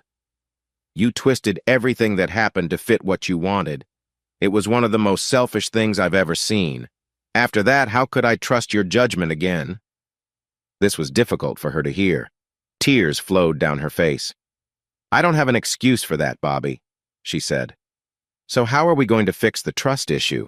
I asked. She took a breath and nodded, having thought about this and ready with an answer. Becky said trust would be the main issue for you. I know I've broken your trust in many ways, and I am very sorry for it. I promise it won't happen again. All I can say is that what's been broken can be rebuilt with effort and good intentions. You're hopeful, I replied. Until 7 months ago, I was too, but now I can't afford that. I will be completely honest and share my thoughts and what I plan to do. I don't think I will ever fully trust you again. Looking for support from another relationship feels risky and unlikely to end well. The main worry is that it could make our relationship worse, even making it hard to co-parent, and consider the potential for emotional complications and unresolved feelings. What if I try to start something new and can't let go of what you did? It would only add to your pain without helping either of us. So, I plan to keep our distance until we can get a divorce. I'll promise you something now that you might not feel you've earned. It will take a full year and a month for us to complete the divorce process. I'm open to ideas. If you find a way to answer the 2 questions I asked, I will listen carefully. If those questions can be answered well, I will think about us getting back together. I don't think it will happen, but I will let you try. However, if we can't find answers by this time next year, the divorce will move forward. In the meantime, during our time apart, I plan to explore dating and find some companionship to help me get through this tough situation. I suggest you do the same to think about the reasons we ended up here. It might be good for you to find someone reliable to help you in that process, but you can choose for yourself. I stood up to show our talk was done. She asked, I have a few more things to discuss. Do you have time for those? Of course, I replied. Can we do this in front of Amy? She agreed, so we went into the kitchen. As she poured herself another cup of decaf, Tracy asked, Did I tell you I met Virginia Curtis? It took me a second to remember she was the owner of the gallery where Tracy worked. No, I said. She isn't at all what I thought. She is younger than me. She was the wife of the man who used to own the gallery. He passed away a year before I started working there, and Virginia took over. She doesn't know much about art and relied on Lou to manage things for her. After the lawsuit, I had lunch with her and her lawyer. When I shared my story, she decided to let Lou go, just like your lawyer said. Following her lawyer's advice, Virginia accepted your proposal. She offered me Lou's job. Your case against her was completely successful in that way. Did you take the job? I asked. She nodded. I said yes on the condition that Virginia comes to the gallery at least 1 day a week to learn about the business. She really liked that idea. Lou kept her away by threatening to quit if she showed up. The pay is good. We can change the spousal support if you want. I really appreciate your support during this. If there's anything I can do. Congratulations, I said. You will do a great job managing the gallery. If you want to return the favor, could you help me with something? What is it? She asked. Can you buy the furniture to replace what you and I will take out of the house? The kids shouldn't have an empty home. I will pay for it and help with the moving, but I don't have any experience with decorating. It's better if you make those choices. Tracy suddenly asked, Did you get involved with that tall blonde in D.C.? The quick shift in conversation to what seemed to worry her made me laugh. Not at all, I replied. We were just 2 lonely people who became good friends. Even if it had been romantic, there were many kids watching us the whole time we were together. Even if I had been interested, which I wasn't, it was not a good setting. Does Naomi like you? Tracy asked. Actually, she does, I said. Do you know something about it that I don't? Are you 2 in touch? We're not in contact. Naomi told me after her divorce that if I ever made a mistake in my marriage, she would go after you. Tracy didn't look happy saying that. After a moment, she added, You could do much worse than her. She's a good person. Just don't get too close before you really understand her. What does that mean? I asked. Nothing bad. Since her divorce, she's changed a bit, she said. What do you mean? I asked again. You should ask her, she replied. One more question. Does Ada Douglas still like you? I laughed and said, No. I just mentioned her name as an example. That was a long time ago. How so? Tracy asked. She left the company 5 years ago to start a data science business with some classmates. She moved to Austin, Texas, and I haven't spoken to her since, I replied. Was her business successful? Tracy asked. I pulled out my iPad and did a quick search. I found a 2-year-old article from a magazine about how Ada's data science company, called Plethral, had just been bought by Google for almost $10 billion. She and her classmates were among the youngest self-made billionaires ever. The article had a nice picture of her. Ada looked a bit older than when I last saw her. She had matured and looked much more confident. Ada had been working with a stylist. Her posture was strong yet relaxed. She wore her honey-brown hair straight, similar to a famous actress. Her makeup was light, and her hazel eyes shone. She looked amazing.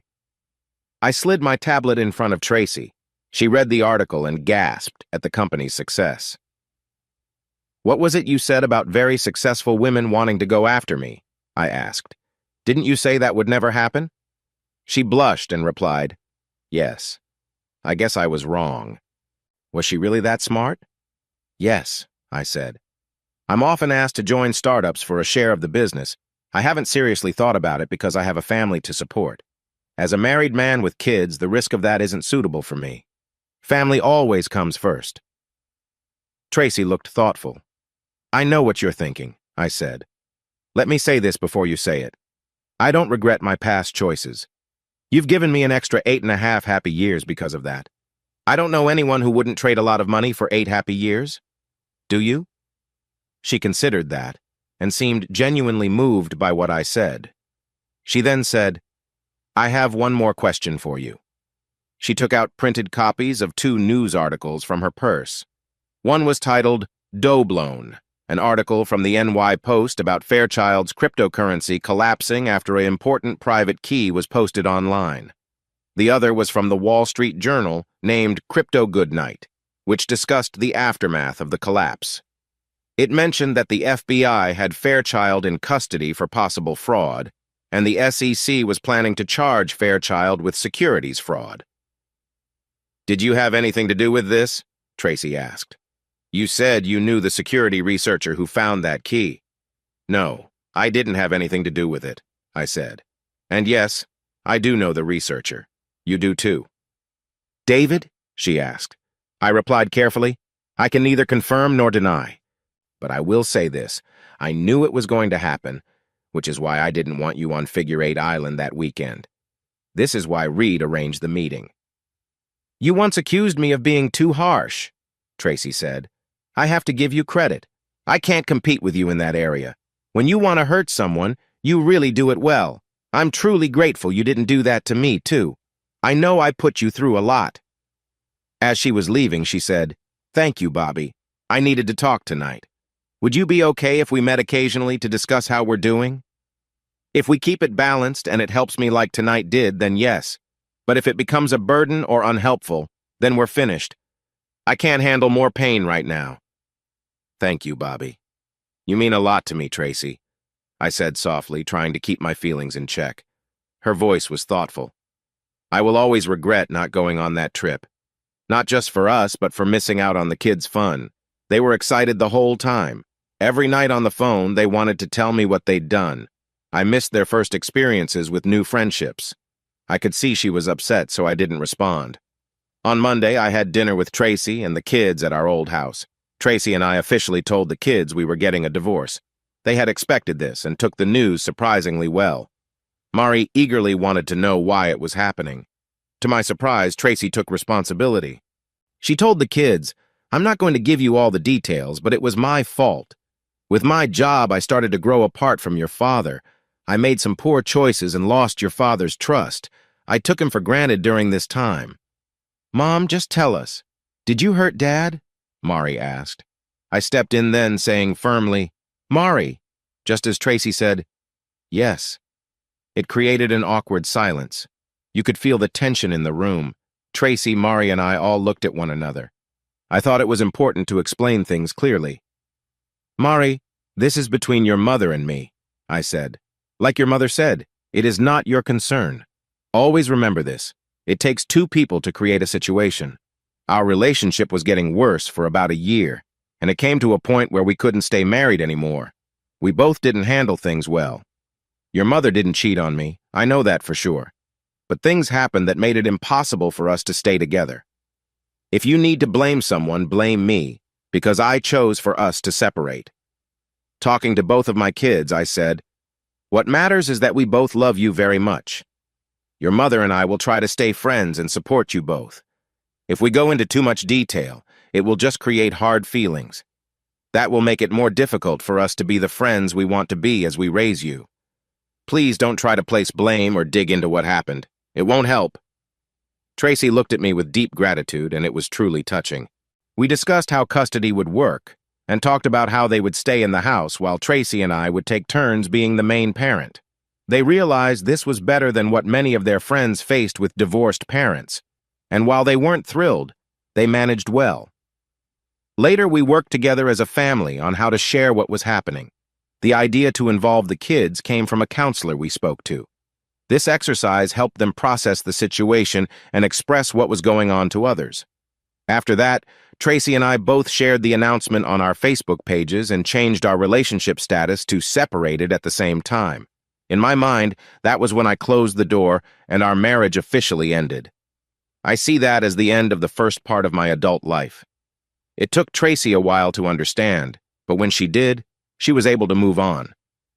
Eventually, in this next chapter of my life, I found new experiences. I included Tracy in that journey, but not as my partner.